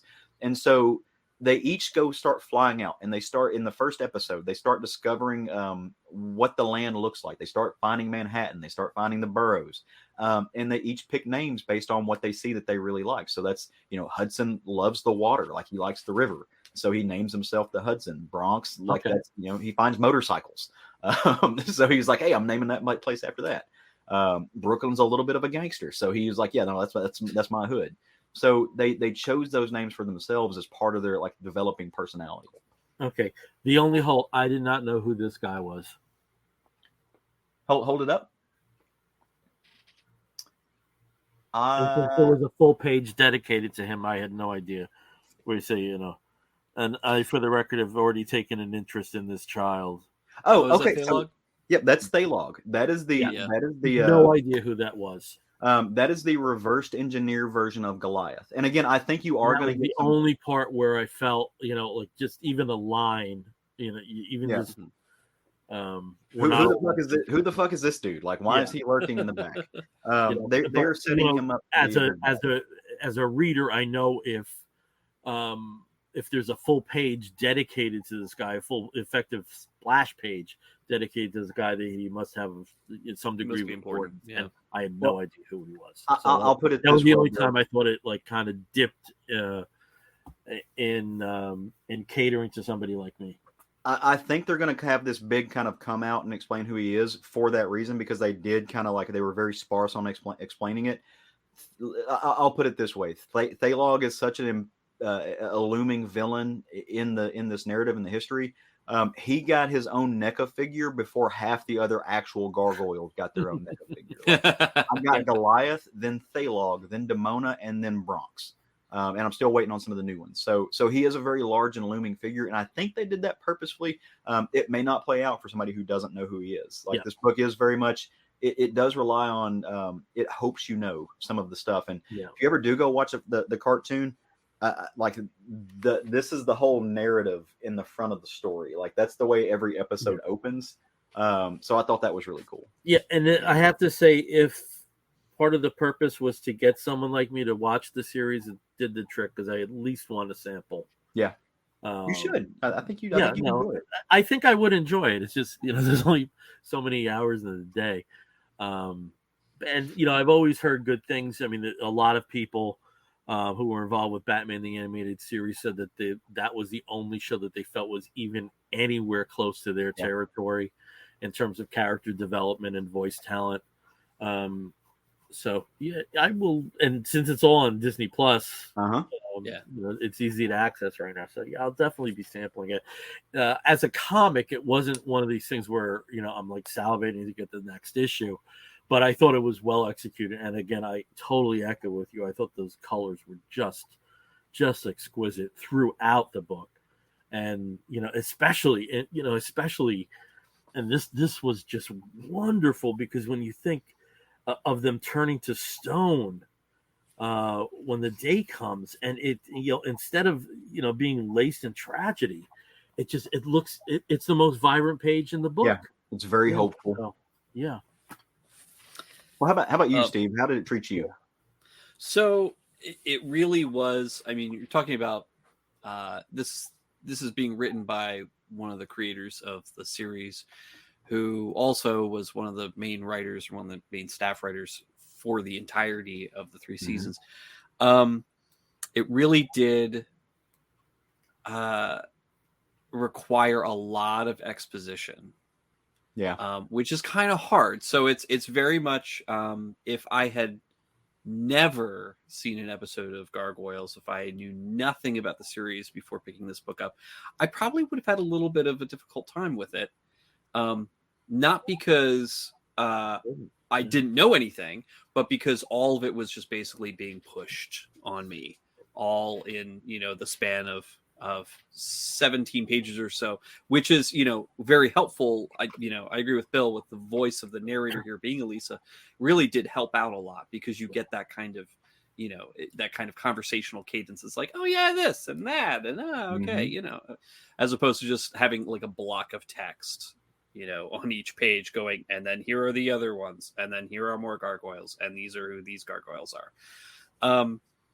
And I think that, it did lighten up that massive amount of exposition to like fast forward to where we are, and to reintroduce all these characters to people who didn't know them from the series. What I'm curious about, having seen some of the series and having known some other stuff, so where are the fairies? Where's Titania? Like, where's all of that? What happened to Puck? Like, I want to know all of these things that, maybe they were answered in the 3rd season. I didn't see any of the 3rd season, but, I know that they were pretty important for not just, Avalon. Avalon, everything. So, okay. So where how does that play into? I hope the series lasts long enough that we find out. I really do. Yeah. So that's my answer. They threw a lot at you in this first, and because again, it's an interesting concept, right? And I think what it boils down to, both of you are talking about, all 3 of us are talking about. This book is tailor-made for nostalgia for folks like me, but it also has to relate and be self-explanative to people who don't rely on nostalgia. So how do you use nostalgia as a tool to entice new readers? And it does run the danger of you're throwing so much at the wall, right? Yeah. Like, so I do think that it was a lot, but compared to like when you mentioned the things that you're talking about, I actually thought it was pretty balanced. Okay, so they're gonna They could have had so much more. Yeah, I mean, look, guys. At one point, there's a unicorn gargoyle. Like, I mean, I'm just, there's a lot. So, well, the European ones and the I really hope the series lasts long enough to tell us. I don't want this to be a 5 or 6 issue series. I would love this to be and who knows what you're going to get with Dynamite, but I would love to see this being ongoing. I would love 12 issues. I would love 24 issues. So who knows? Well, and that is kind of one of the things here is that this is not, and I think it is a kind of an interesting or clever way of structuring it. It's not a season 4 of the cartoon. Yeah, this is a completely new storyline, a new direction of it, where it's like, okay, all that happened, but now here we are. We're in this. Here's this new thing is happening. Here's a new status quo. Power vacuum, like gangs of New York are rising up and fighting amongst themselves. There's something going on with Thalog, trying to get himself a child of mutates to play with, or I don't know, experiment on. What could happen from that? No, I agree wholeheartedly. So I'm excited. Obviously, if it doesn't show off, I'm very excited. But I want to, number one, even if you guys had have hated this story, even if it had have been La Bamba, which it wasn't, I appreciate you guys, if nothing else, reading it for me, because I think that was like, you know how excited I was for it. So as my friends, thank you for diving in this world, and I really hope you enjoy it. Stick around. Also, if Greg Weisman wants to call me, like, I got stories, baby. Like this can be my way in. Let's go. Let's go. And Caleb, not to butter your ass up, but you're somebody that has really good taste. I appreciate that. Graphic literature, and if we see something that you're like hyper excited about, I think that's something that we owe ourselves to check out. So, well, So I appreciate that. And to that end, like there are reasons why I appreciate this, right? And I know we're running like into time, but one of the things about Gargoyles that I think it has to be explained why it was so smart, and why people who talked about Batman the animated series will also talk about Gargoyles. You're talking about an animated cartoon directed for children. It had a female lead who was a cop, who was biracial, who dealt with biracial issues, who dealt with feminist issues, who led the show, who got into even though it didn't get into the show, who got into one could say multi-ethnic, multi-species relationship. And at that time, there wasn't a lot in kids' cartoons that really hit that and dealt with those issues. The show dealt with gun violence. At one point, Elisa gets shot in the first season because of one of the characters is playing with a gun, and it goes off and it injures her. So it deals with gun violence. Like, it was a cartoon that was available for people who were young, right? That was also digestible for people who were young, that dealt with very real issues. I've always respected that, because it's not just your run of the mill after school special, right? Like, there is meat on this bone, but it is still fun. It is still vibrant. In a lot of ways, I think it is a lot like X-Men. There's a lot of that, like Claremont laced a lot of moralisms into his stuff, but it was still, kids could get it. I mean, you would think they would, but then they grow up to be other people who are like, I didn't know Mystique and Destiny were together. But but I think that's why. So there is a lot to this. It is multi-layered, kind of like Shrek's onion. So that's why I get so excited about this, because it has so much potential. Okay.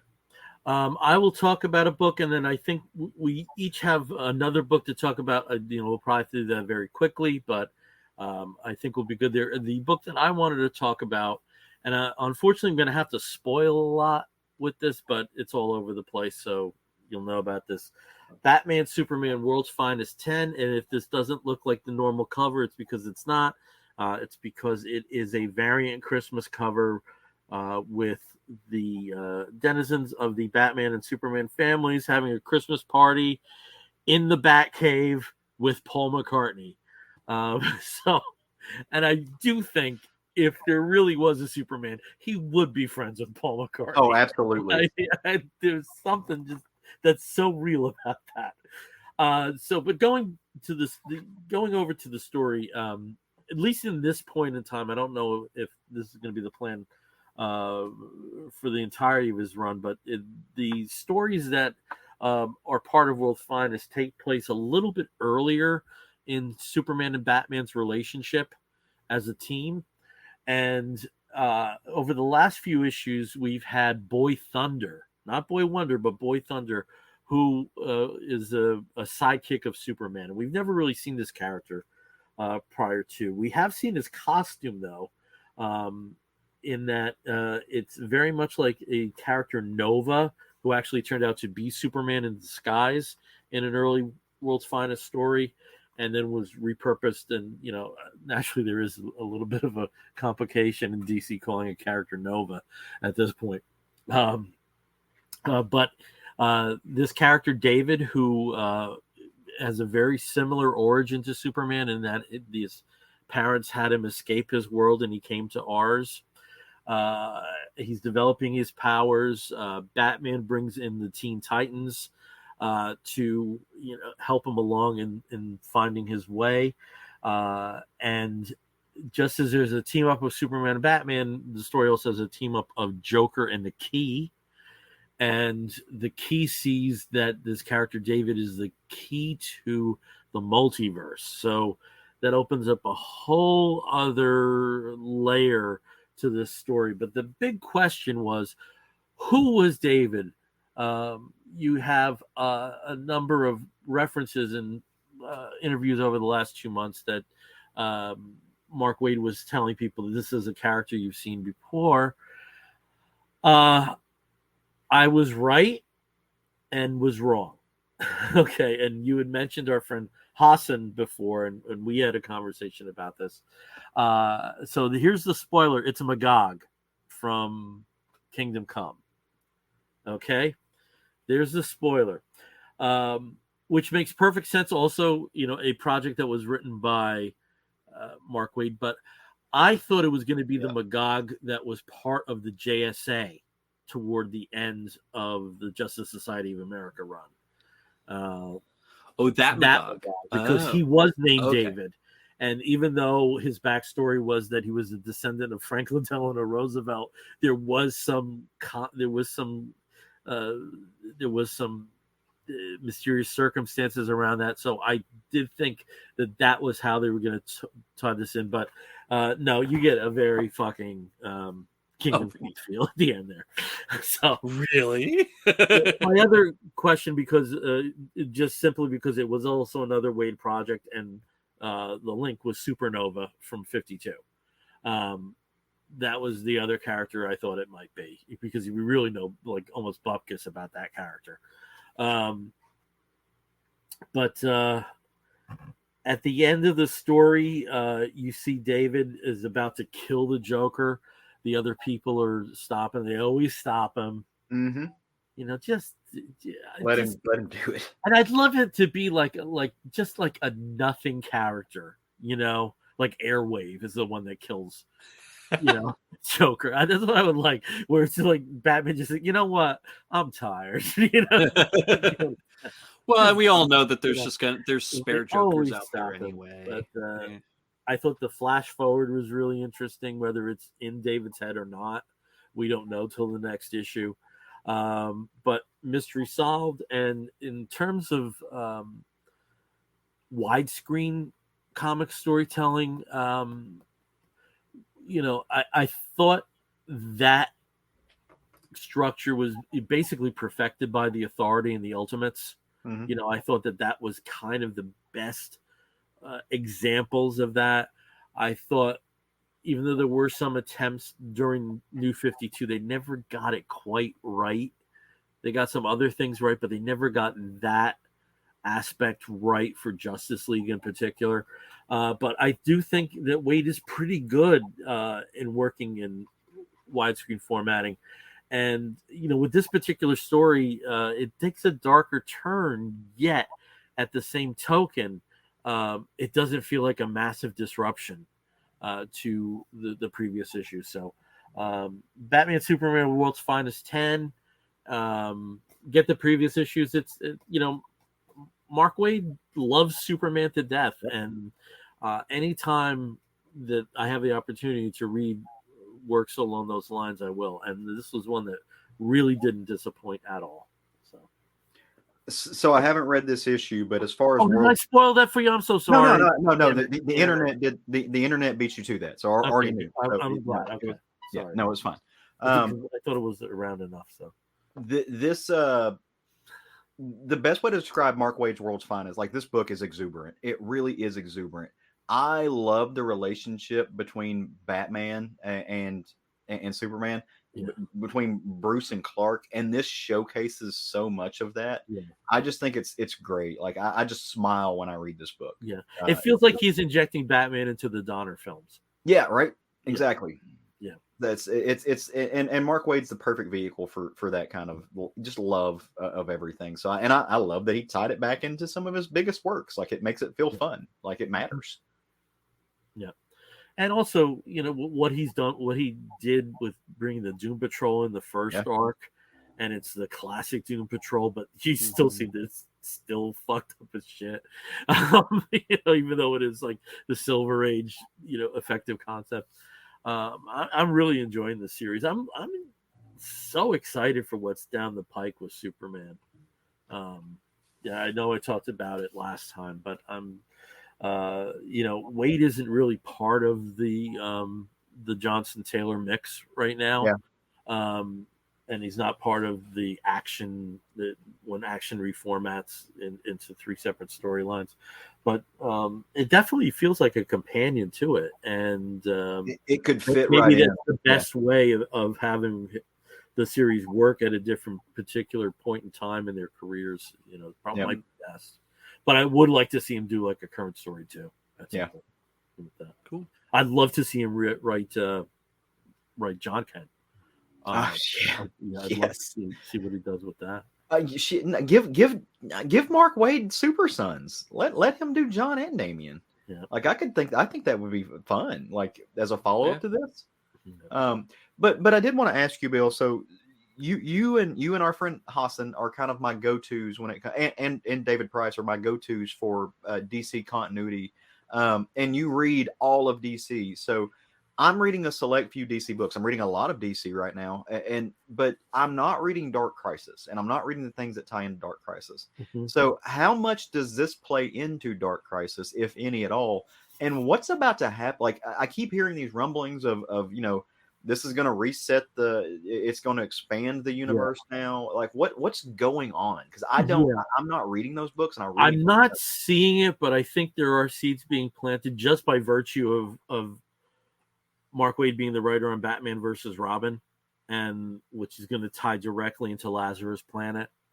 I don't see them, but it doesn't mean it's not there.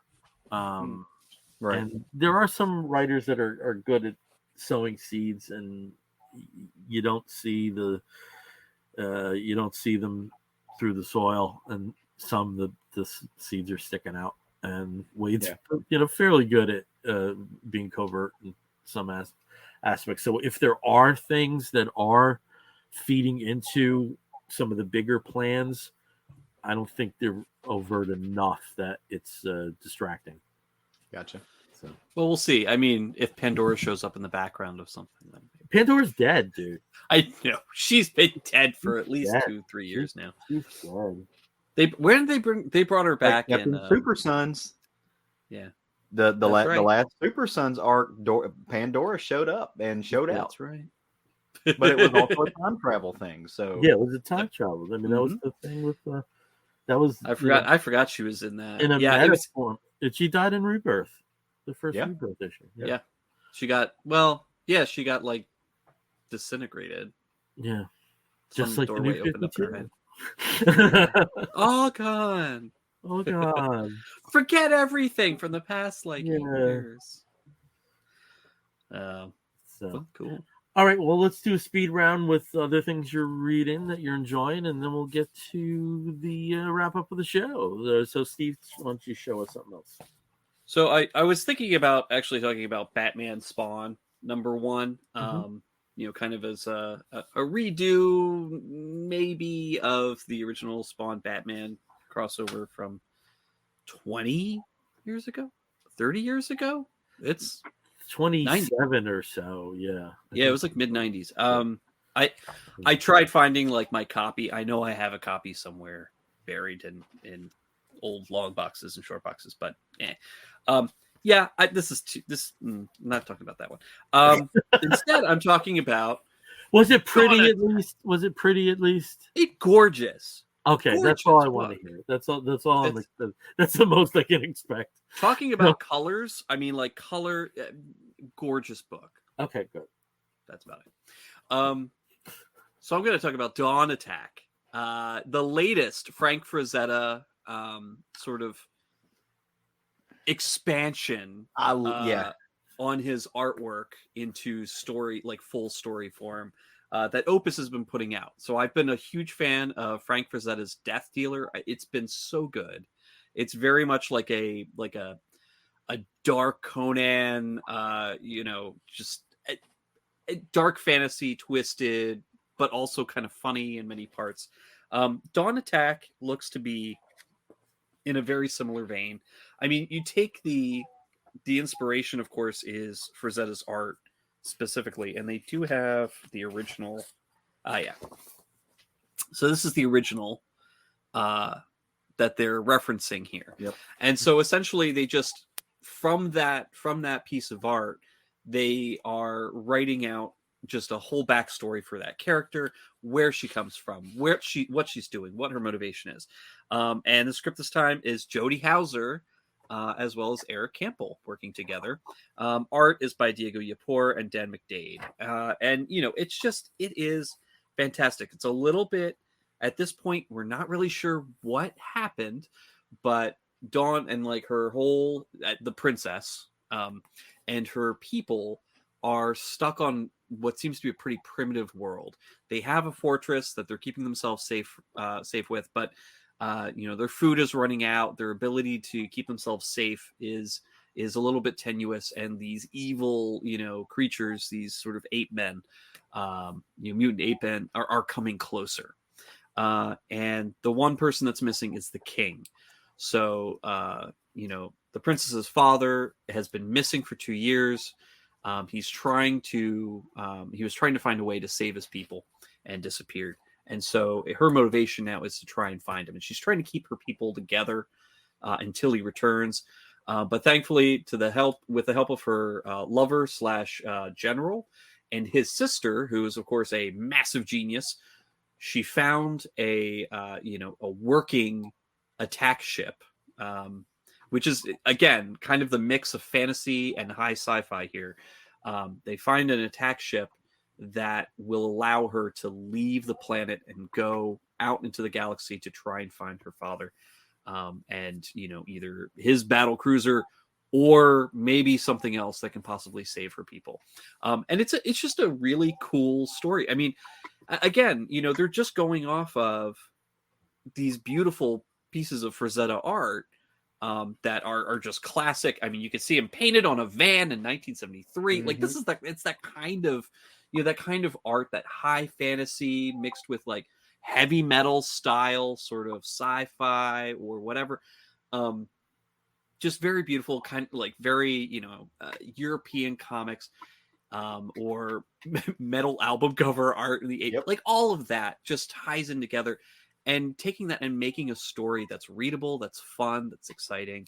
I've been really enjoying what Opus has been putting out here, with a lot of their other books as well that are more, band themed and music themed. But with this, I mean, it's just taking the art itself as the inspiration and running with it.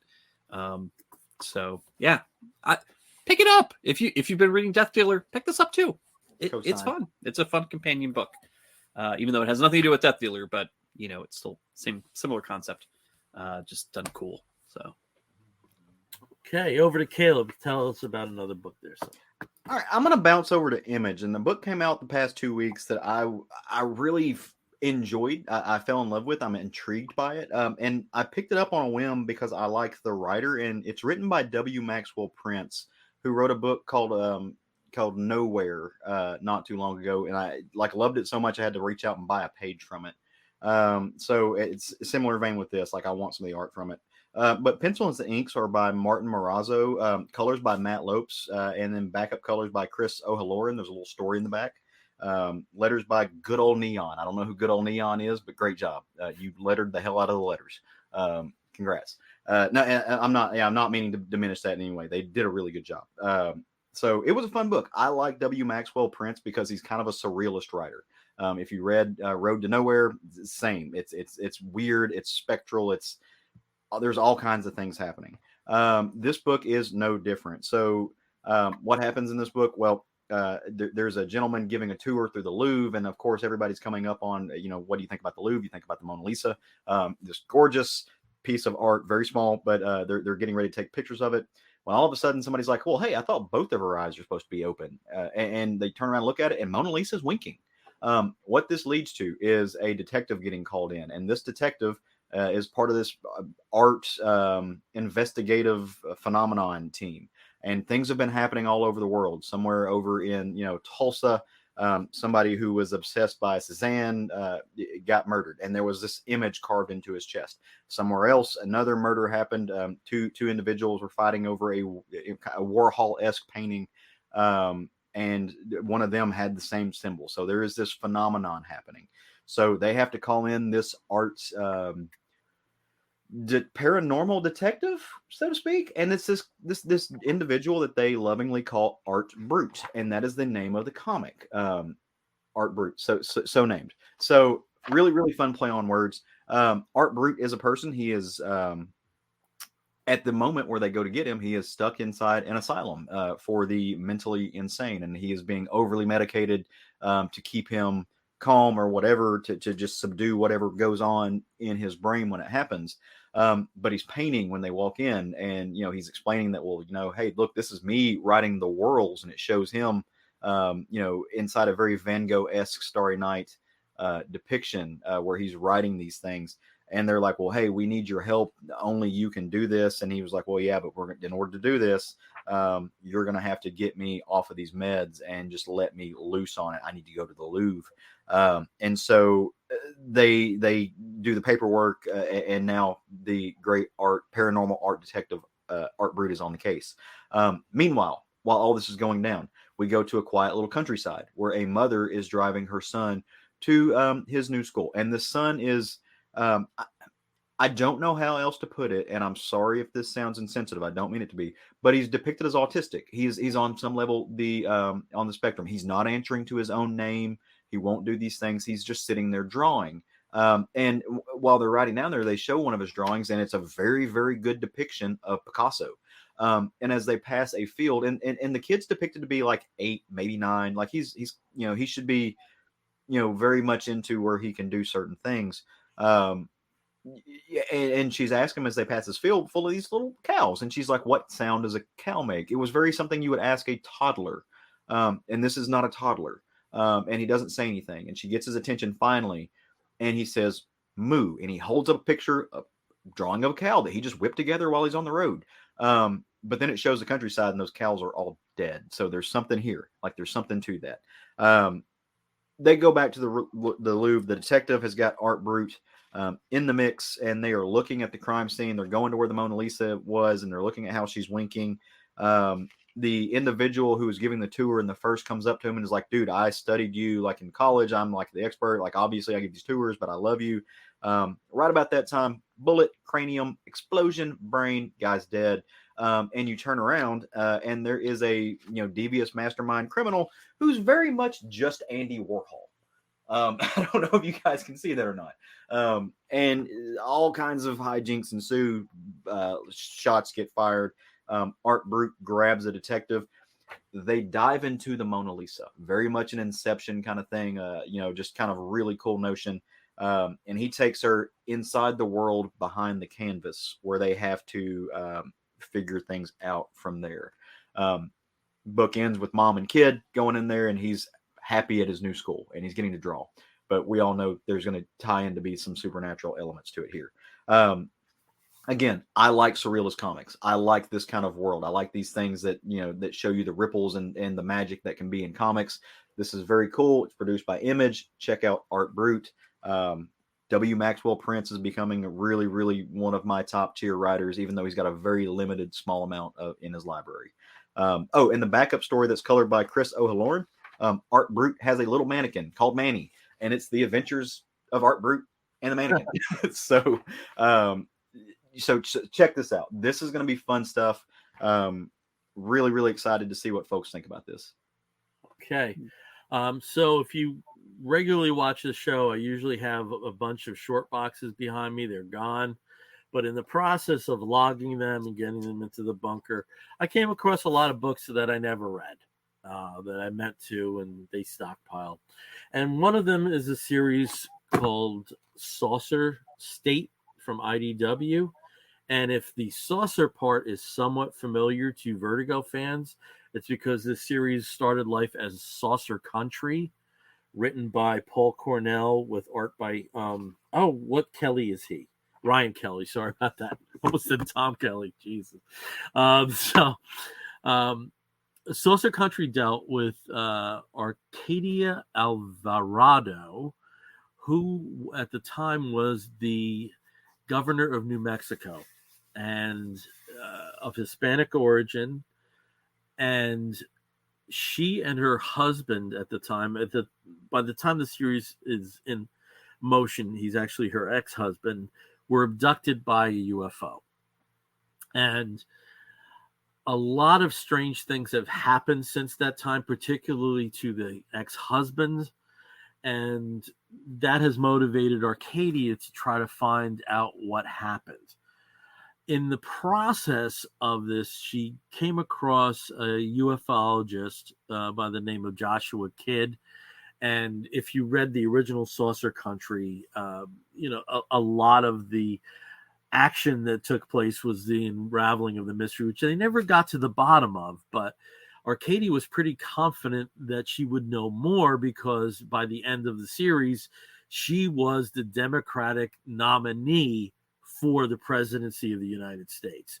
We get to Saucer State and she is president, and she's still coming across problems in trying to determine what exactly happened to her with her abduction and with these events that are happening to people in her life. And the thing that was so great, it was such a vibrant supporting cast in the series. She had an older advisor, Barry Brooks, who was, like, think of Steny Hoyer, but maybe like a little more personality.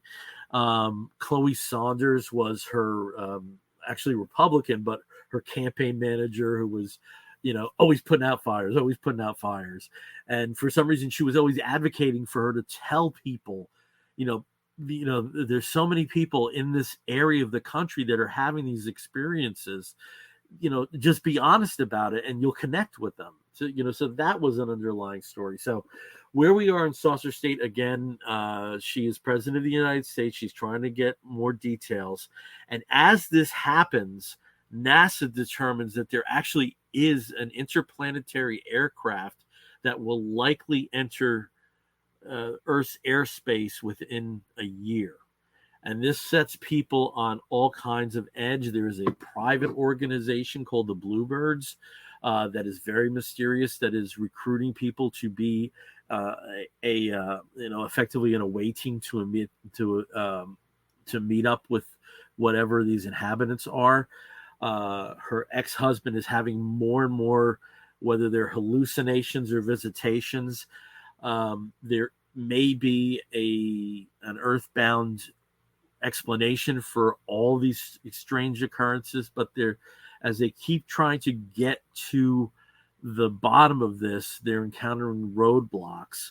Some of it from a previous administration, some of it from other people within a Republican infrastructure. You also felt, though, if you did read it, Saucer Country came out the beginning of 2012. and Saucer State came out in 2017. So you can definitely feel like the influence of Trumpism on some of the goings on. Like, there's one particularly reprehensible potential challenger, Adam Dunfries, who, may as well have a MAGA hat on and, calls her the Chihuahua. I mean, it's there's some real disgusting people that are, really real life Trumps. There's certain people that we can, pin that on. The frustrating thing about this, though, is, again, this is a 5-year-old series. It ends with a genuine shock. And 2 characters are in a completely different place from when they were even at the beginning of the 6th issue. And there was an intended 3rd series called Saucer Planet Nevertheless. Saucer Planet : Nevertheless. And they've never gotten to it. And Paul Cornell is not a name I've seen much recently. I know he had an OGM through Legendary this past summer, but he's not a name that's popped up in comics. I know he does some TV work with Doctor Who and Elementary, and he's been a writer of episodes. But I do hope they get to it, because it's a cliffhanger. It's a cliffhanger. It makes no sense that these 2 characters would be in the situation that they were, and I need it. I need the end of the story. So these are all collected, both Saucer Country and Saucer State were collected by IDW. They're not in print, but you can still get copies. It's that kind of situation, but definitely worth exploring. Probably the best place to start now is the IDW collections instead of the Vertigo collections, because they do collect all of Saucer Country in one volume instead of the 2. So something I came across, never read. Glad I did. That's awesome. Yeah. And Steve, since I know you bought a lot of Vertigo, was that a series that you were collecting? So that was not one that I was reading, because I was at the time, I think I was being a little bit more selective. Yeah. And it was also a strange time for Vertigo too. Yeah, because I was focusing on a lot, because I was reading a lot of what was going on in DC, because that was New 52. That was like the height of New 52. And a lot of Vertigo, I wasn't reading a lot, or I was picking like the wrong series, the ones that just didn't go anywhere.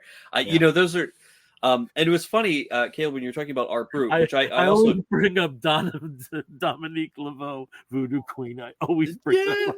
I don't know why.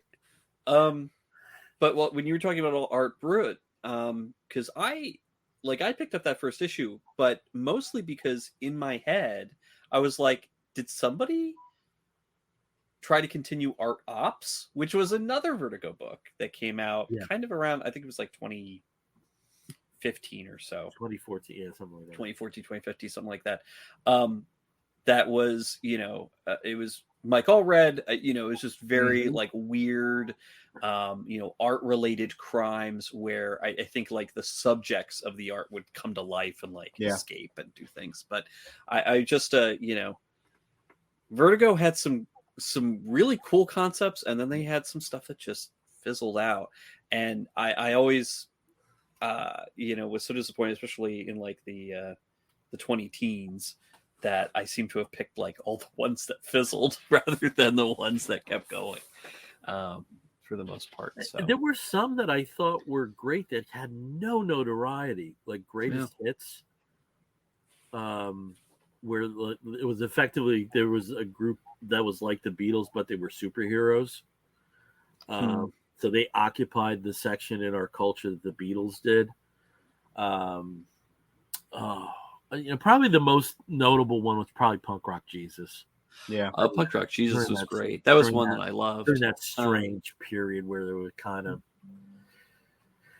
I don't want to say that they were like on life support, but it didn't feel like Vertigo was a priority. Let's put it. They were throwing a lot. I'm very glad this ended up being a creator-owned series that we had, and some I thought showed initial promise, but just didn't really click, like New Dead Guardians. But it completed almost there, but just not quite. There were some very interesting things. In fact, I'd be really interested in going back now and rereading some of those series, because there was a period where, I did get everything that Vertigo was coming out with, because I was hoping that they wouldn't, just collapse. But, about the 2012, 2013, I really wasn't reading even too something that you would think would be like a lock, like Fairest. Fairest. I loved Fairest, but I know that it wasn't a lot of people's favorite. So at all. Yeah, I know. Yeah, at all. All right, let's start wrapping this episode up. And when we wrap an episode of the Comic Book Bears podcast up, we do so with a segment we call the Woofs of the Week. In the bear community, if you find a fellow attractive, you woof at him. And we do something similar here where we signify something that may be a comic, but it also may be a TV program or a film, or maybe even a charitable initiative, anything under the sun that we think you, fair listener, or possibly viewer, may be interested in sampling. I'll start as I always do with Steve. Steve, what is your woof of the week? Well, my big woof of the week kind of goes out to to you guys, but also the community of the friends that we've been part of for the past 10 years or so. A lot of our fellow podcasters, a lot of our fellow artists and contributors that we've been talking to over the years and interviewed. And in fact, just last week, Bill and I got to guest on an episode of the Movie Bears podcast. And I was so excited and so happy to be a part of that episode with Bill. Because we've guested on their program before, and they've come and visited us before. And it's just really fun getting to interact with some great fellow podcasters. And we got to talk about our favorite Christmas movies, and get to hear, of course, all the other favorite Christmas movies that the other contributors, because there were a lot of people that came in and visited with the Movie Bears. So it is out if anybody wants to have a download and listen to that. Definitely wanted to boost that, not just because we're on it, for our segment, but also it's they're a great group of guys. They put out an episode a week with new movies, some classic movies that they really love, and it's just fun listening to them. And sometimes you can find some interesting picks that you may not have been thinking about seeing. I admire them so much for sticking to a weekly format. And especially through the pandemic, where there wasn't the pipeline of new product, and they still kept it going. And I was knocked out when they did their calculation that if you put all their episodes together, it would be 24 days. Wow. 24 solid days listening every minute. To go through their back catalog. It was a lot of fun. And Bill, what was your favorite Christmas movie that you talked about there? Miracle on 34th Street. I have it right here still. Oh, yeah. Number two is The Ref, though. Number two is The Ref. Absolutely Dennis love Miller. Dennis, not Miller. Dennis. God, why can't I think of his name? Dennis. And it's with Kevin Spacey and Judy Davis. Yep. And what's his face? Dennis. I mean, he was just man. Anyway, that's a great movie. I agree. Oh my God, I can't think of that. I gotta know. I can't screw this up here. It's gonna Dennis be Leary. Dennis Leary. I could not think of those two of them. And but certainly the funniest Christmas movie ever made. It was so good. I just, when it gets to the point where they're all in the house together, I just die at some. And Glennis O'Connor and Christine Baranski. I mean, oh my God, there's some funny stuff in that. My favorite was Muppet Christmas Carol, but the other night I did see Violent Night, and let me tell you, that's going to be an annual for me. I will be watching that every Christmas. Very cool. Yeah, so recommend that. That would be my subwoof, and also because David Harbour is shirtless and tattooed in it, of course, as Santa. Why wouldn't you want to see shirtless tattooed Santa? All right, over to Caleb. Caleb, what is your woof of the week? All right, so I've got a subwoof and a big wolf. My subwoof goes out to a comic, Planet Hulk, which came World Breaker, which just came out. I think the second issue is out now.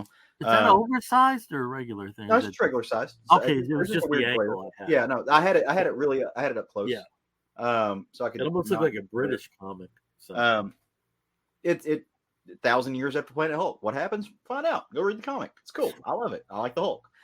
But my big woof goes out to I'm going to follow in Steve's footsteps. A friend of the show, a friend of ours, somebody who I got to meet in what would have been one of my two things that were my favorite things. Had Bill not stolen it, because he's Bill and he steals things. But it goes out to John Runyon, who today is his birthday. So I want to send a very big happy birthday out to our friend who's been on this show before, but also runs his own podcast, which is very entertaining, very fun, a comic book look. But it's John Runyon. So happy birthday. You're my wolf of the week, buddy. Happy birthday. By the way, come get your South Dakota ass air out of my backyard. It's too cold down here. Keep that up with you. So, but yeah, he's my wolf of the week. Comic book look, John Runyon. Happy birthday. Okay. I have, like you two, I have a main wolf and a sub wolf. So my main wolf is a film. Just as Steve watches a ton of television, I watch a ton of documentaries. Mm-hmm. And I came across this documentary and it really connected with me. The name of the movie is Barbara Rubin and the Exploding New York Underground. Barbara Rubin was an avant-garde filmmaker, but she also had other roles within the avant-garde community. She was a friend of Bob Dylan. She's actually in the back cover of Bringing It All Back Home. And she was also one of the people that was brought in to help nurse Bob back to health after he had his motorcycle accident in the mid-'60s. She was absolutely in love with Allen Ginsberg and had a long-time friendship with him until that went a bit south when they collaborated on basically a retreat for poets. She was deeply in love with him, and with Allen Ginsberg's history, that was time wasted. But most importantly, she introduced Andy Warhol to the Velvet Underground, changing history in various ways. But her story is so interesting beyond her connections. She was a woman avant-garde filmmaker, and though you think that would have been an area where women could make substantial gains, it still was male dominated. And she really was like a lone voice within the factory system. And when I mean the factory, I mean Andy Warhol's factory, because it all seemed to tie in, with the other people that operated in that area, like Malanga and Joe D'Alessandro. And she also had an interest in mysticism, which led to an interest in Kabbalah, which led to her becoming an Orthodox Jew. And to go from Andy Warhol's factory to Orthodox Judaism is a pretty big leap, but not in her head, because she saw the ties to Buddhism and she saw certain things, and she somehow found a way to reconcile the really low stature that women have in that area, and found her own way, and had a store and still kept in touch with some people. But then she went off to effectively an ascetic commune in France and died under mysterious circumstances after having her first child. It's a fascinating story, and I knew nothing about this woman at all. Maybe a reference or two in Victor Bockress's book about the Velvet Underground. I never heard any of this stuff. And that's the purpose of good documentaries, to expand your understanding of potentially secret histories. So if you want to see it, it's streaming free on Tubi and Roku TV, Barbara Rubin and the Exploding New York Underground. And just as you gentlemen personalized your sub-woofs, I'm doing the same, but maybe not from such an exuberant stance because we all know certain people who are dealing with a lot, whether it's them or family members. And I just wanted to say to our missing host, Brian Pittard, and EOC Community's Rick Savage, and especially our good friend Wendy Freeman, that we're thinking about you at this time, and hope everything from this point on is better news than you've been contending with over the last few days. Absolutely. Okay, and it's Christmas. Christmas. Very Merry Christmas, and Christmas and Hanukkah are at the same time. So happy Hanukkah, and if it's Kwanzaa for you, and if it's Festivus for you, and Yule and solstice and the New Year's happen. But yeah. Happy New Year's.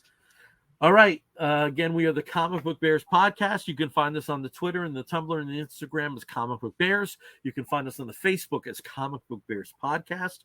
If you want to listen to us, you can do so by downloading us through Apple Podcasts, listening to us through Stitcher Radio, and in many of the other podcasting platforms. If you wish to write to us, please do so by sending an email to comicbookbears@gmail.com. If you'd like to check out a video, if you haven't been doing it live, you can see us on our own YouTube channel. And if you are there, please like and leave a good review, because we would like you to do that. So, just being honest. So until next time, next year, I'm Billy Z. I'm Steve Morey. And I'm Caleb Alexander McKenzie. You're going to hear a woof and an explosion if you're listening to the audio version. We'll be back real soon. Take care, everyone. Woof.